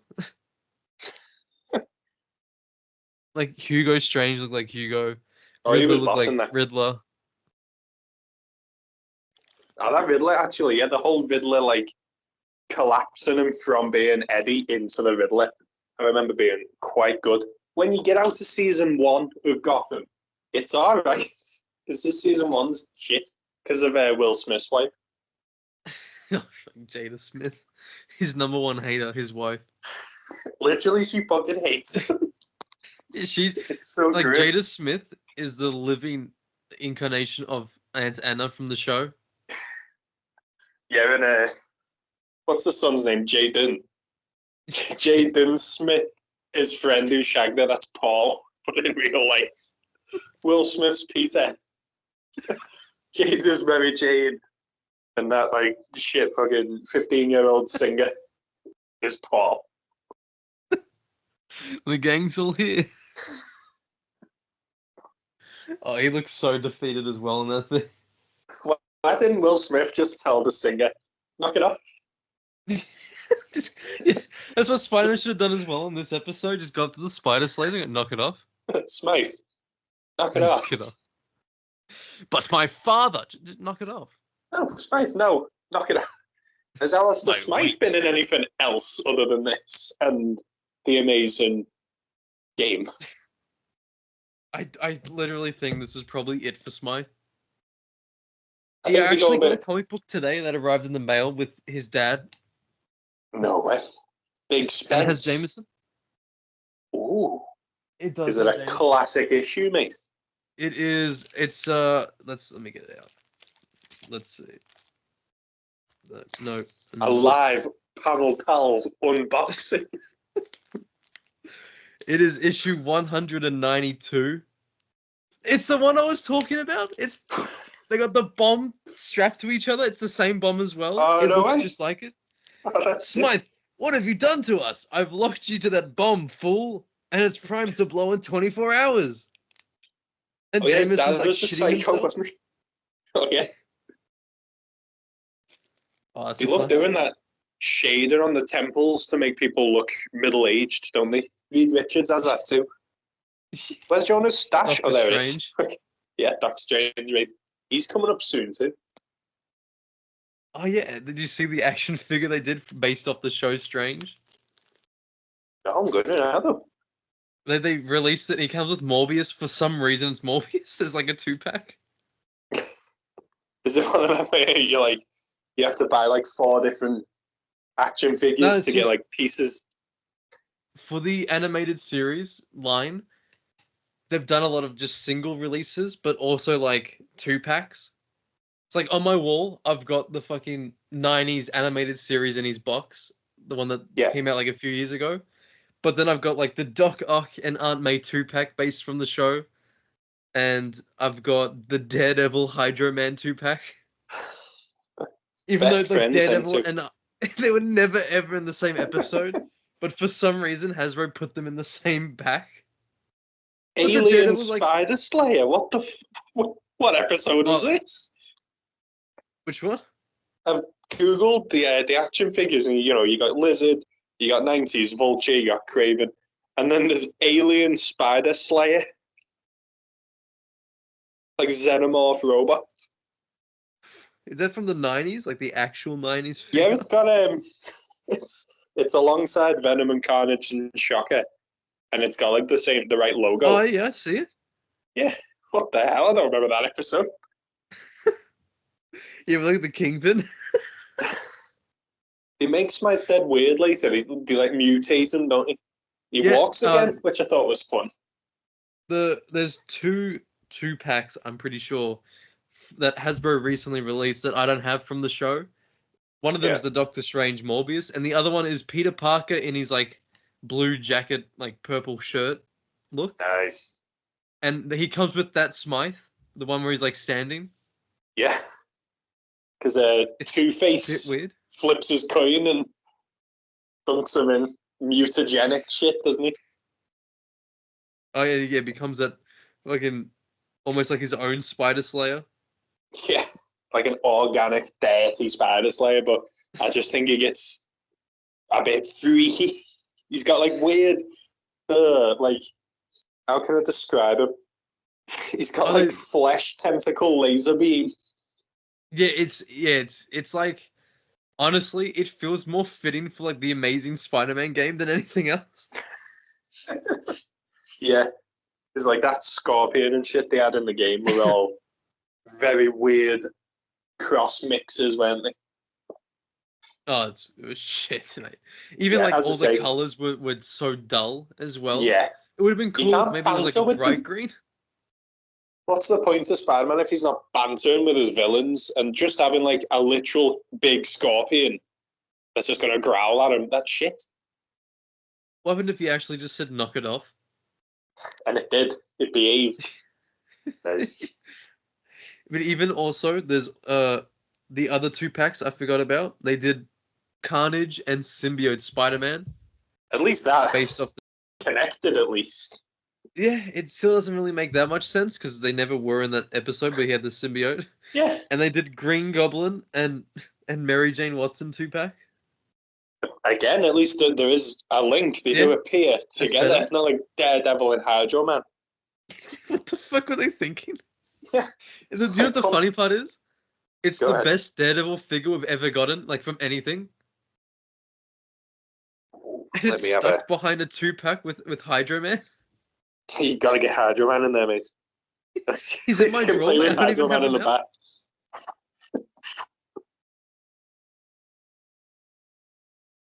Because like it has like proper shading on him. Yeah. Well, you can get Marvel Legends, but that was like 25 quid. Well, this one's like it's a bit more. Yeah. They milk it. Yeah, I bet you do, mate. What's the best? Not franchise.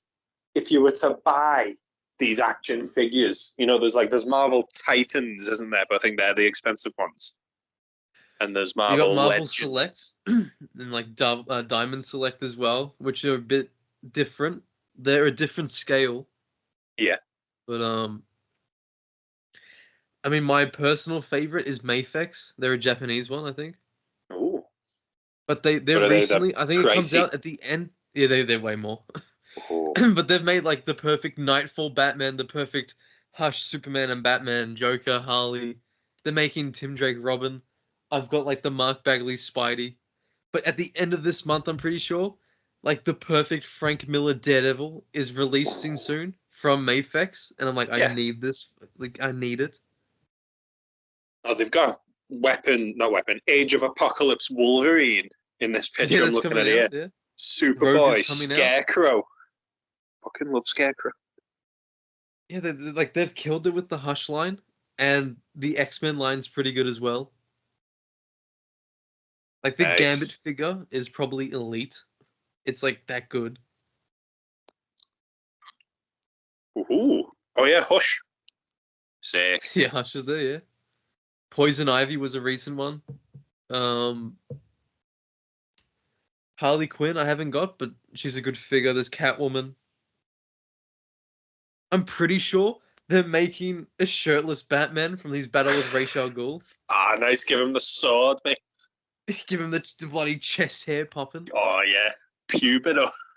Can you take off the masks? I'm looking at this Scarecrow one, and it looks like they've took off the mask, and he's just Johnny Crane there's underneath. additional heads. Yeah, like you can swap them in. Boss, taste your own medicine, doctor. Every Scarecrow story's got to end with him huffing his own fucking gas. Or just have him being eaten by Killer Croc. And you know what? All of Arkham Knight, he blames Batman for that shit, and he never once says to his militia, "Go and get me Killer Croc." Yeah, like it was your fault. You backed up into the sewer, and then moron. Maybe don't poison Gotham then. Yeah, and Batman even tried to save you.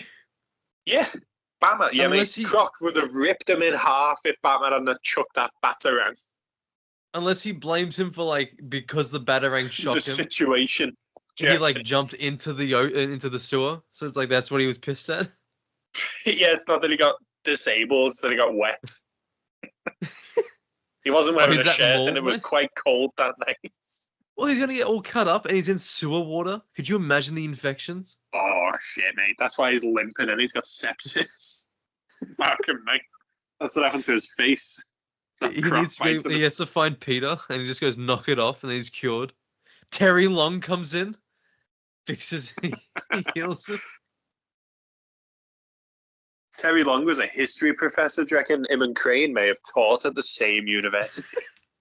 Wasn't there a whole subplot that one of his students liked him or something?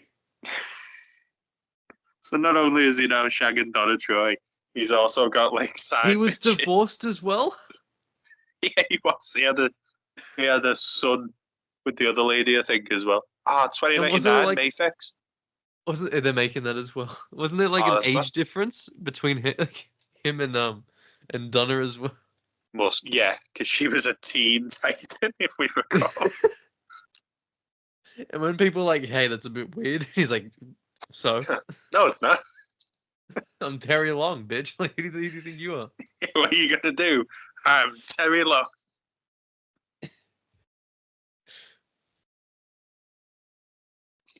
I feel like we've covered pretty much all we can for an episode relating to Spider Slayers. Yeah, I think we've absolutely crushed it, mate. And I know we went on a bit of a tangent about toys and Batman and Terry Long. Yeah, but that's the Panel Pals, though. That's the Panel Pals, mate. You're here for the banter. So, up next, the menace. Yes. Of Mysterio. Fucking I think. Come on. Scorpion next. I'm sure it goes Mysterio, then Scorpion. I'm following the Disney Plus releases. Better than Spider Slayers. Oh, yeah.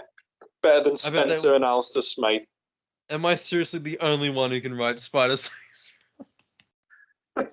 Am I the only one? I'm still waiting for someone to write Spider Slayer. Do you remember the time Alistair Smythe thought Mary Jane was Spider-Man and followed her to the other city to try and kill her?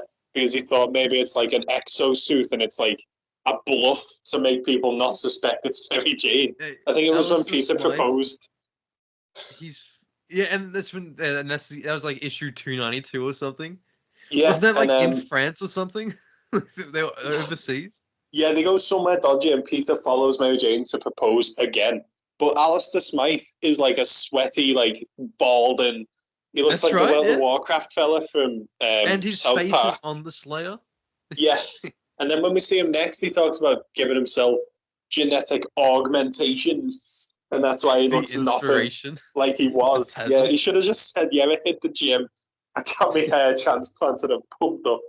He's back on it, but. Went to Turkey, got it sorted. What's your favourite Alistair Smythe story? I mean,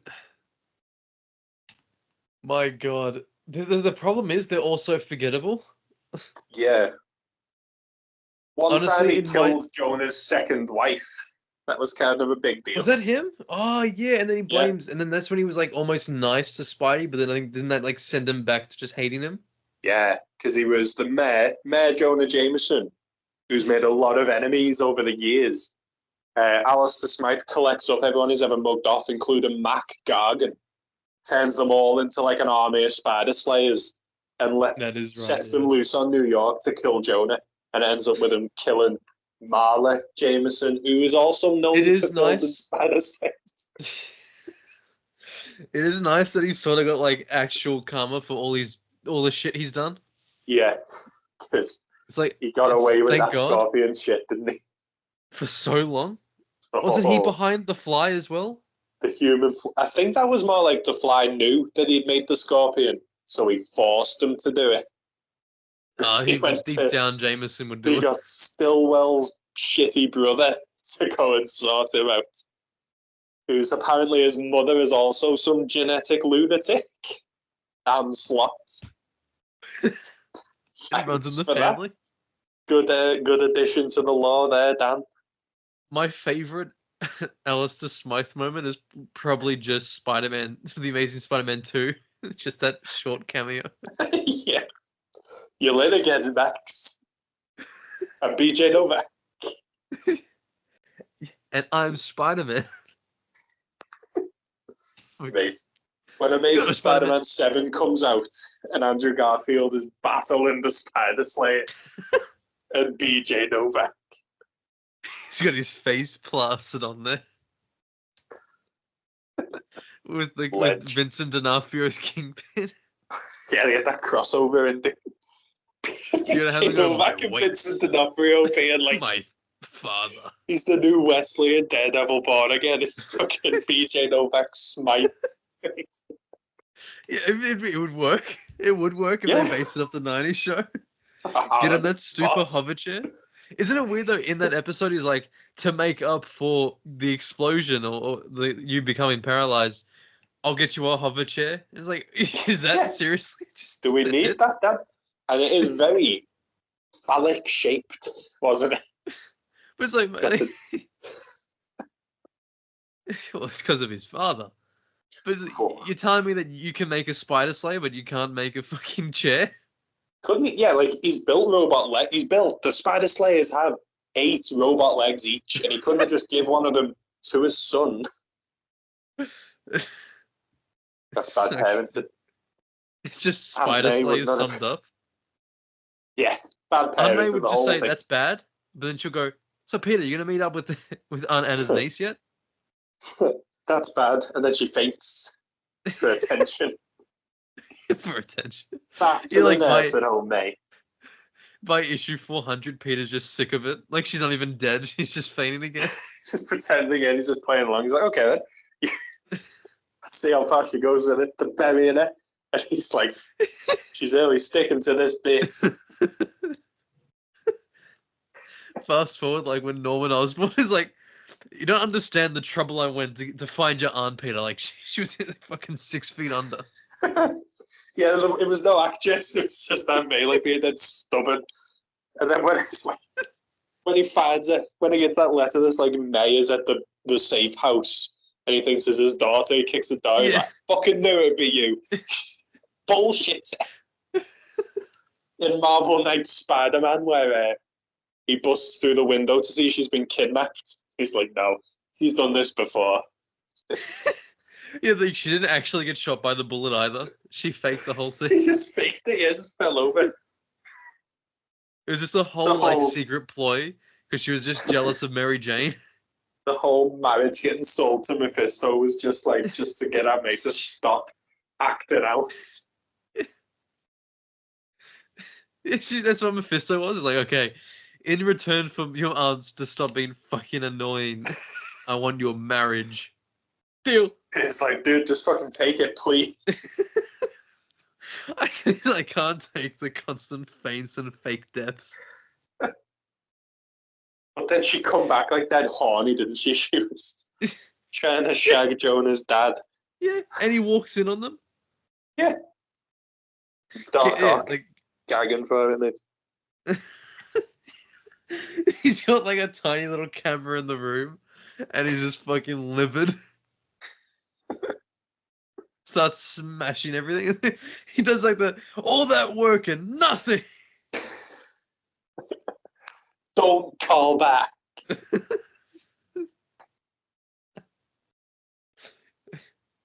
Nothing that's stopping your gums from flapping, Wooded Soul. Smashes. What was he like in the game, man? Alistair.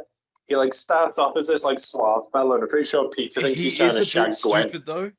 Yeah, I mean Gwen is also a teenager, I'm pretty sure. Yeah. And then he's a bit stupid because cure, doesn't he? But he allows these two like high school students to go on this like journey with him through Oscorp to show them off like all the highly illegal things they're doing. I'm the photographer for the Daily Bugles here. Let's show them the monsters we've made. Let's show them all the killer robots that you're soon going to have to fight. Yeah. You can't even... you can't get Arkham stealth robots, don't you? Well, yeah, you can. But yeah, even... you just stick to the wall and...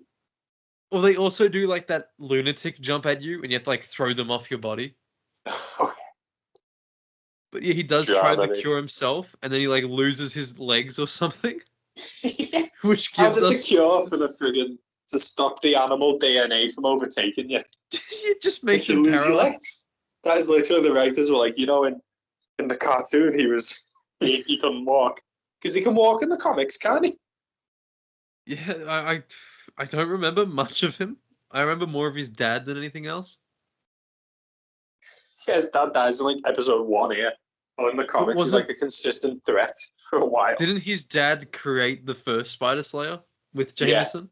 Yeah. In issue 25? The one that Jonah puts his face on. He's got a little joystick controller. At the time, though, mate, they only had like... 60s, like, Tetris, this is as far as we're getting. Like, this is technology. Joystick.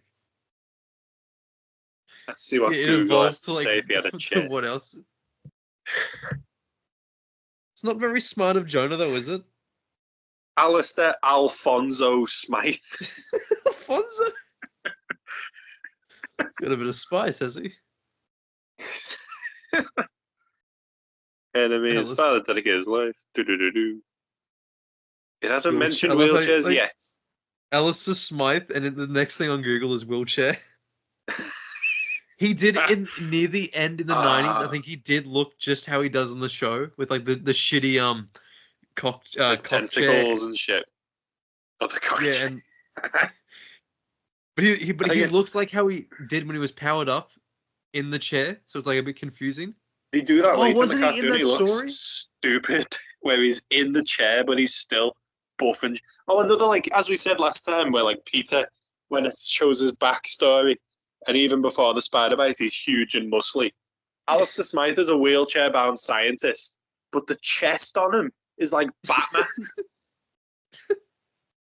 It would even, like, in the comic books, wasn't it that weird story with that team up with, like, Nova, Punisher, Moon Knight, Night Thrasher? Was that where Alistair Smythe was in it? Round Robin. Is that it? I remember it's around that time we had like people hostage. Oh, he did appear in another cartoon. He's in your favourite, Spider-Man 2017. For fuck's sake. What was he like in that one? It says he goes to Osborne Academy. Oh my god, I do not want to watch this cartoon. Joins the Osborne Commandos before getting brainwashed by Dr. Octopus, he's in the Sinister Six. What the fuck? That's like, when you have like action figures, but you ran out, so you have to like make do with the Sinister Six you can make. Yeah. Why is Carnage in the Sinister Six? Don't worry about it. Why is Venom leading this group of fucking Shocker, Green Goblin? Why is the Looter in the Sinister Six? Why is Crime Master leading it? Really scraping the bottom of the barrel. Crime Master led the Savage Six in Venom. They were sick. What about the cat? Alistair Smythe as the ultimate Spider Slayer appears as a playable character in Spider-Man Unlimited. No way. The mobile game? The mobile game. Imagine rolling for a character again. But it's the ultimate Slayer, but he's in his chair still. You're trying to web swing and it's just the chair going up and down. Yes, the chair just floating. Ooh. Oh man, what a shit character. Literally, he's not been in anything. He's been in one shit cartoon after this, and this has been 30 years. I bet there's this one Alistair Smythe fan that's like just pissed. Oh, mate. Leave a comment if you love Alistair Smythe, and we'll bring you on the show to defend yourself. Yeah, you can have like a 30-minute court session. But do realize that Mike Murdoch will be our lawyers, so you're pretty much screwed. It'll be like that bloody episode, the Batman episode where like took into court, arrested or something. Yeah, we're all just ripping it, blaming Alistair Smythe for being shit. Yeah, we're gonna have Mike Murdoch in his fancy gear. And we're going to have Foggy Nelson in his Daredevil costume. He is Daredevil, so we'll be defended. We're fine. He's literally, his career as Daredevil has ended in like 1 win, 0 defeats. He is the greatest Daredevil to ever live. He's secretly a mutant, remember that? The fog. Yeah. He can cause fog. He generates the fog, which helped him defeat the Gladiator in the first appearance, mate. Beauty. Little did the Gladiator know that was just an obese man in a Daredevil suit. It's like that time Spider-Man like had to get that shitty costume, and it was like the Halloween costume. Yeah. Oh yeah. He does that again in Brand New Day when he's fighting like Overdrive. I think it's like the last issue of Brand New Day before it goes into Dan Slott's run. He's in like a shit free comic book paper bag. Yeah. It's like they're throwing a party for Peter's roommate who you never see again. Yeah, what about though in the 70s though? I'm pretty sure he had to get a fake costume and it didn't have the lenses in his eyes, so you could see his actual eyeballs. Yeah, it's weird as hell. And he wore it for like a solid few issues as well, and it was annoying. I like when he fights Light Master, he talks about getting his lenses, like he swaps them out for like sunglasses type of glass, so Light Master can't affect him. Yeah, he just swaps it around, didn't he? The Light Master. Oh, he's a ledge, mate. Teams up with Dr. Light.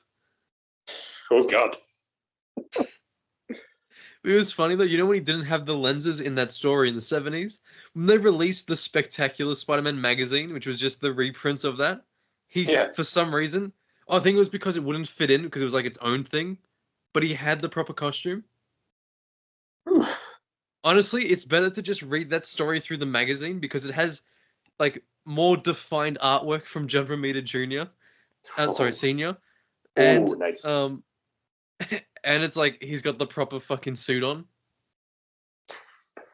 I'm still on the Alistair Smythe Wikipedia page. You know, normally you'll find like a supervillain and it'll be like other versions and it'll be like Marvel Noir, Ultimate Marvel. The only alternate universe variant of Alistair Smythe was House of M, where the mutants took over and he appeared once. Shit. Yeah. But you'd think like sometimes even like the Spot had an ultimate counterpart. Oh, the Spot's cooler than him though. Yeah, the Spot episode of the cartoon's pretty good. We'll get to that. But one alternate version, mate, in what 80 years of comic books. What year's Smythe from? You should just change like the Wikipedia page to like just shite. Just write that. That's the only thing. Alternate versions is just put there is none. He sucks. He's shit, mate. Who'd win? Smythe or Professor X? Well, Smythe has the encouragement from his dead father, so he has to win. Mate. Smythe's got the funds from the kingpin of crime.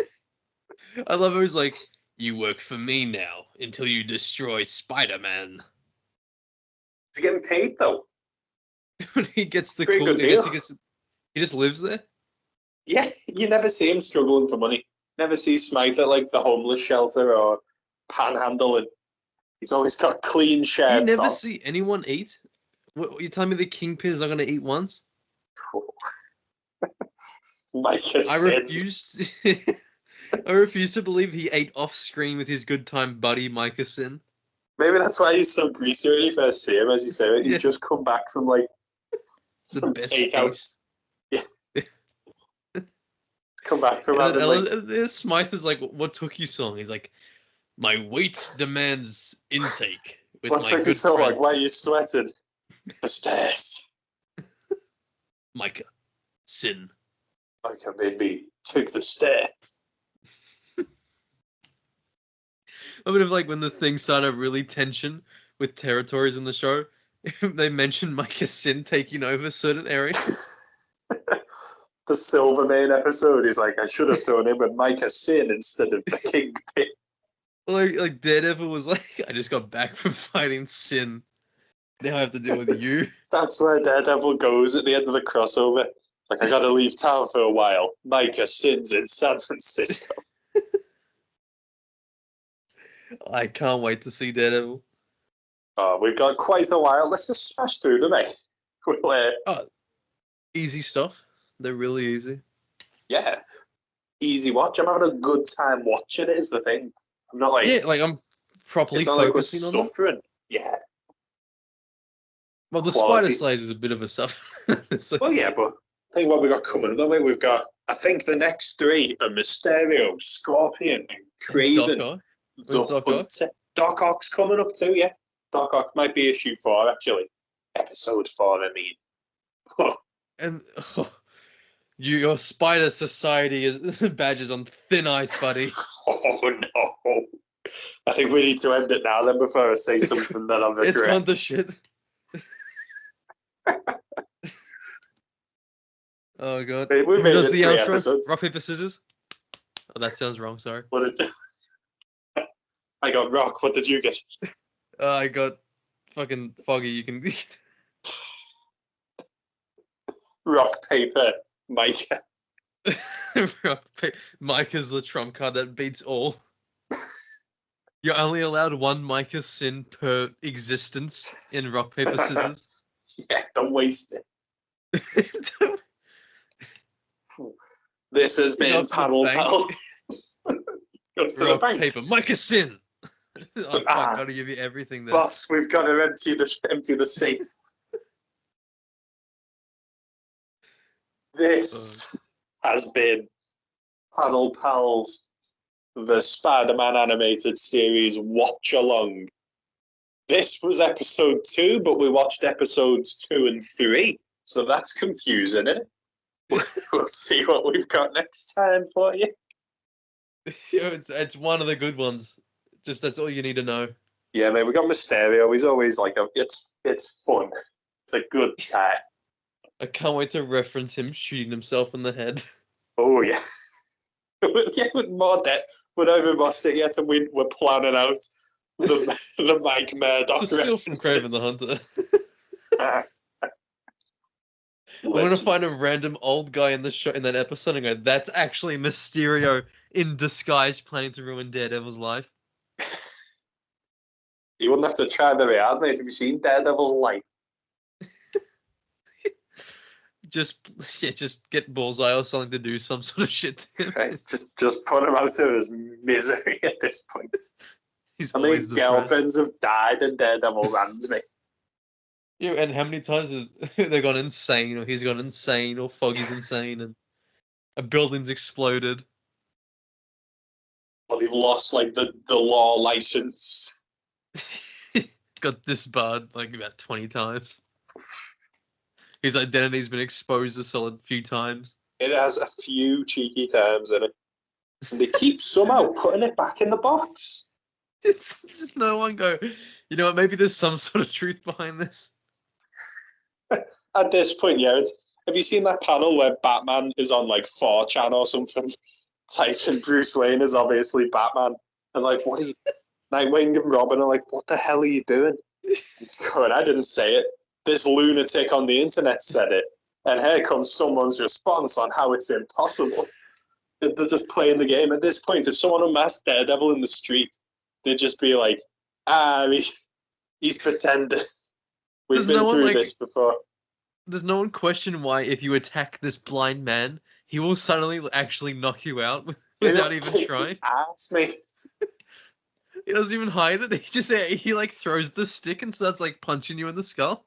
Yeah, he throws the stick. It like ricochets off 2 walls and comes into the back of your head, perfectly knocking you out in one blow. Oh, but he's blind. No one can put it together. Even like when he was depressed and everyone sort of knew that he was Daredevil, but they just swept it under the rug, and he heard like this one guy was going to do something bad, and without his walking stick, he just knocks him out. And then Dakota rushes out like, what the fuck was that? He's like, he was a bad man. Yeah, kick man. What's at the end of the Daredevil movie, it was like, you won't tell anyone who I am, because then they'll know a blind man beat you. It's so stupid. Well, it's like, well, this blind man can jump off a rooftop and swing around with his billy club. I think that's pretty good. Yeah, Kingpin should just be like, okay, I won't tell anyone that you're Daredevil, but I'll still send all my top assassins to murder you. Go for it. It's not really I'll blow up your brownstone apartment. Yeah. Your future girlfriend's about to become an addict, and she's gonna sell me some very important information that I already know. Yeah. You'll just have it killed easy. It's happened before, mate. I think the only girlfriend Daredevil's like not got murdered might be Black Widow. Widowed or insane. There was that weird time where she was gonna die. Remember in like the 80s or something? Yeah. Where they were living together, but they like, oh no, that was the 60s. Remember that? You chauvinist. You know it. You can't say that they're living together even though they both reside in the same household. Yeah, did no one question why Matt Murdock suddenly left to go to San Francisco? Yeah, with like an Avenger. And suddenly Daredevil's seen over there a lot as well. Remember the time he like lured someone into the tar pit and they died? Was that like a sin? No, I do remember something vaguely about that. It might have been sin. I think it was around the 70s. But like, we could also just do another episode about Daredevil because there's just so much shit about his comics. So much bullshit, dude. Brother Brimstone, issue 66 of volume 1. Brother Brimstone falls into the tar pit with the mammoths. Wasn't it like that Hawk guy who stole his thunder pretty much? He dressed as a hawk from the. Is it him from the animal? What do they call them? The animal idiots, like no, this is like something separate. It was, I think, the Bronze Age. I'll quickly scroll through the issues. Yeah, run through it quick. Where is it? Wait, tell me that this issue is hard to find right now. It's an a all-time collector's classic. item. It's an all-time classic issue. Come on. Where is Did they this? never bring back? Oh, Brother Brimstone was like, he was like a bullshit. It was Clayface, like classic Clayface, basically. He's like wears an ugly mask because he's the villain of a soap opera who's suddenly like killing in real life, like what Carlo was doing. Man, honestly, that was 8. When was this one? This was Silver Age, was it? The one I'm on was issue 66, so it was quite early to be just fair. in the bronze, probably, or just in the end of Silver Age. I found it. Mine was 4 issues before yours. Mine was issue 62. Get lost, DD. Nighthawk is taking over. And he's like, everyone's like bashing him. Everyone's like shouting abuse. Get out of here, Daredevil. Yeah, Daredevil sucks. He's got his billy club like deflated on the ground. He's so sad. He's just Nighthawk, mate. Fuck off. I feel so bad for Daredevil there. He's like, all his friends have left him. He looks actually devastated. The man who finished Daredevil. Nighthawk. Crazy. Isn't Nighthawk like another, or is that Night Thrasher? Who's the one who like... The Night Thrasher, yeah. The 90s edgy one. We could do a Night Thrasher. Is Nighthawk part of the Squadron Sinister, whatever they call them, the evil Justice League? It might have been. We could honestly do a whole episode about Daredevil covers, because there's so many weird and like just either weird covers or good covers. Like there's issue 48 of Daredevil. Yeah. With Stiltman. One of the signs spells ass pain.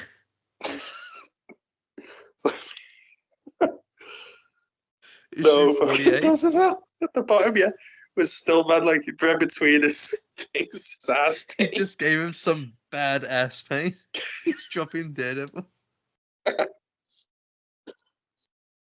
Skip Westcott probably was there.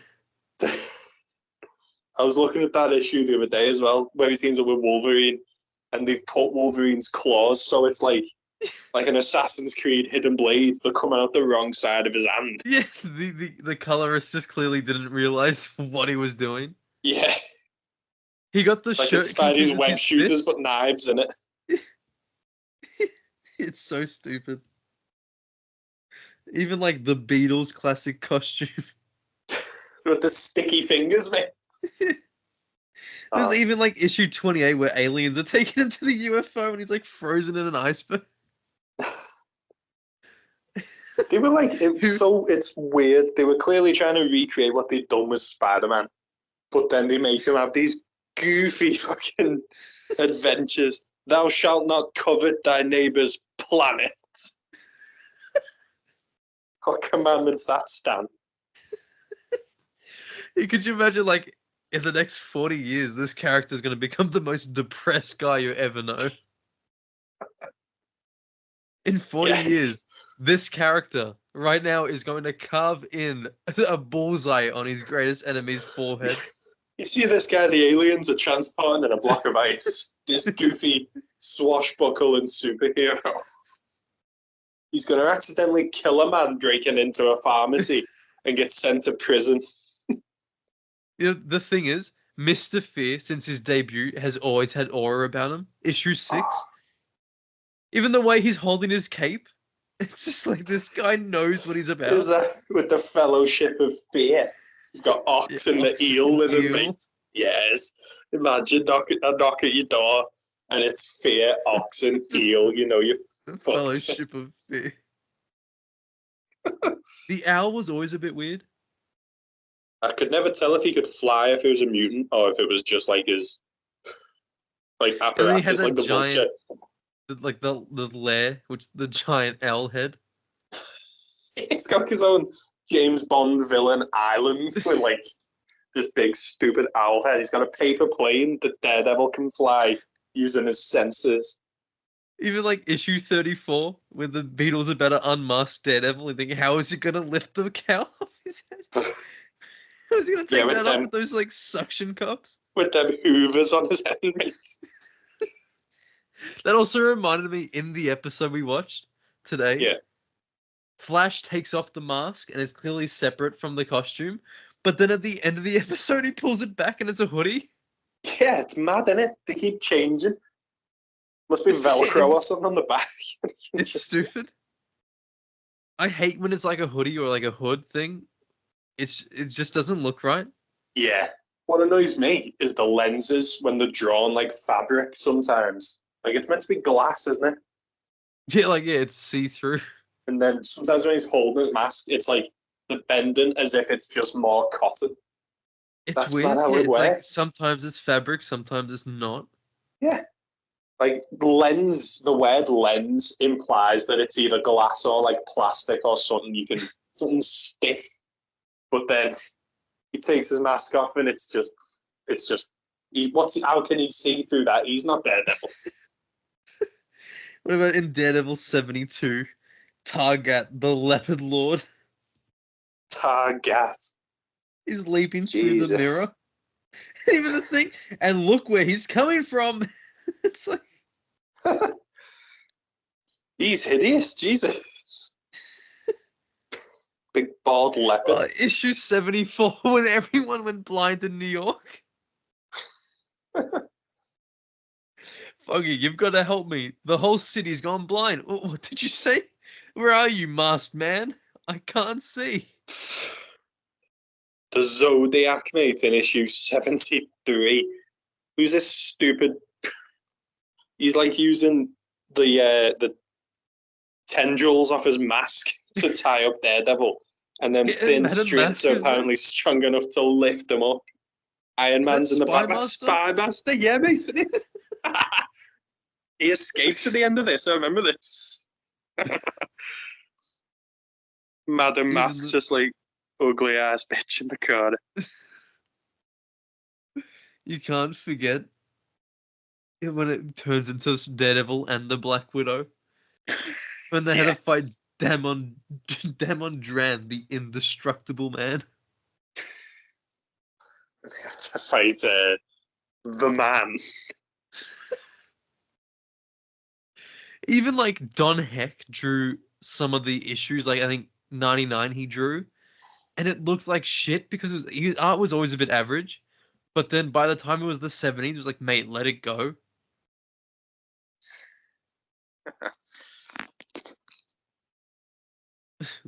Where? The Beatles still had that costume by 94? Sorry, 74?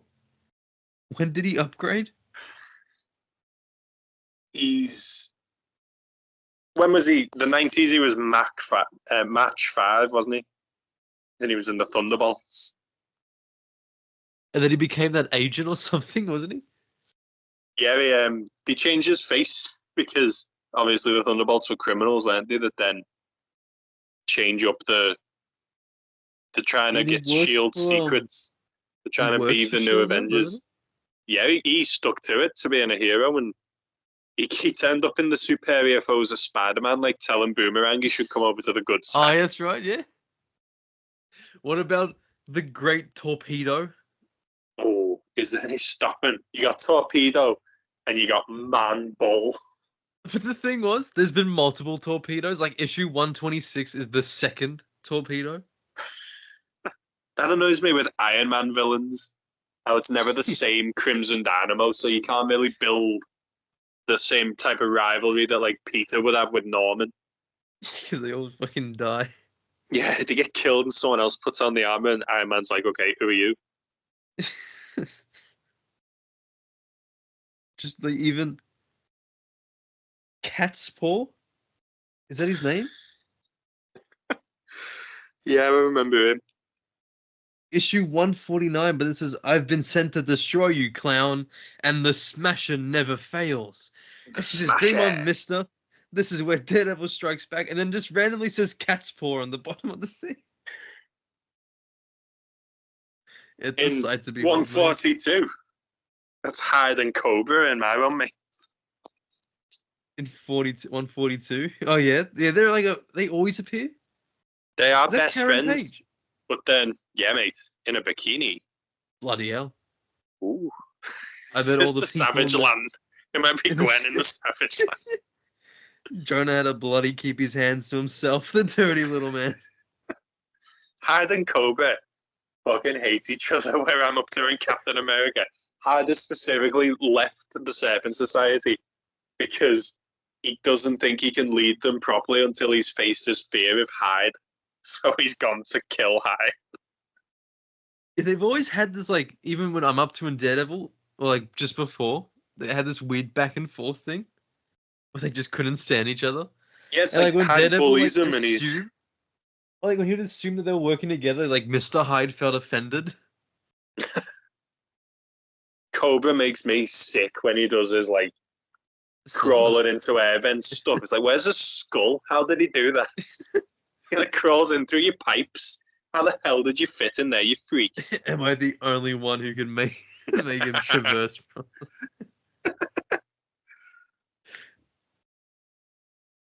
Panel pals. This has been, in case you forgot, that we did cover the Spider-Man cartoon, so you can't say we didn't. It depends if we just cut it off when you originally did the outro. Nah, mate, I'm keeping it in. That would mean actually putting effort in. So, no thanks.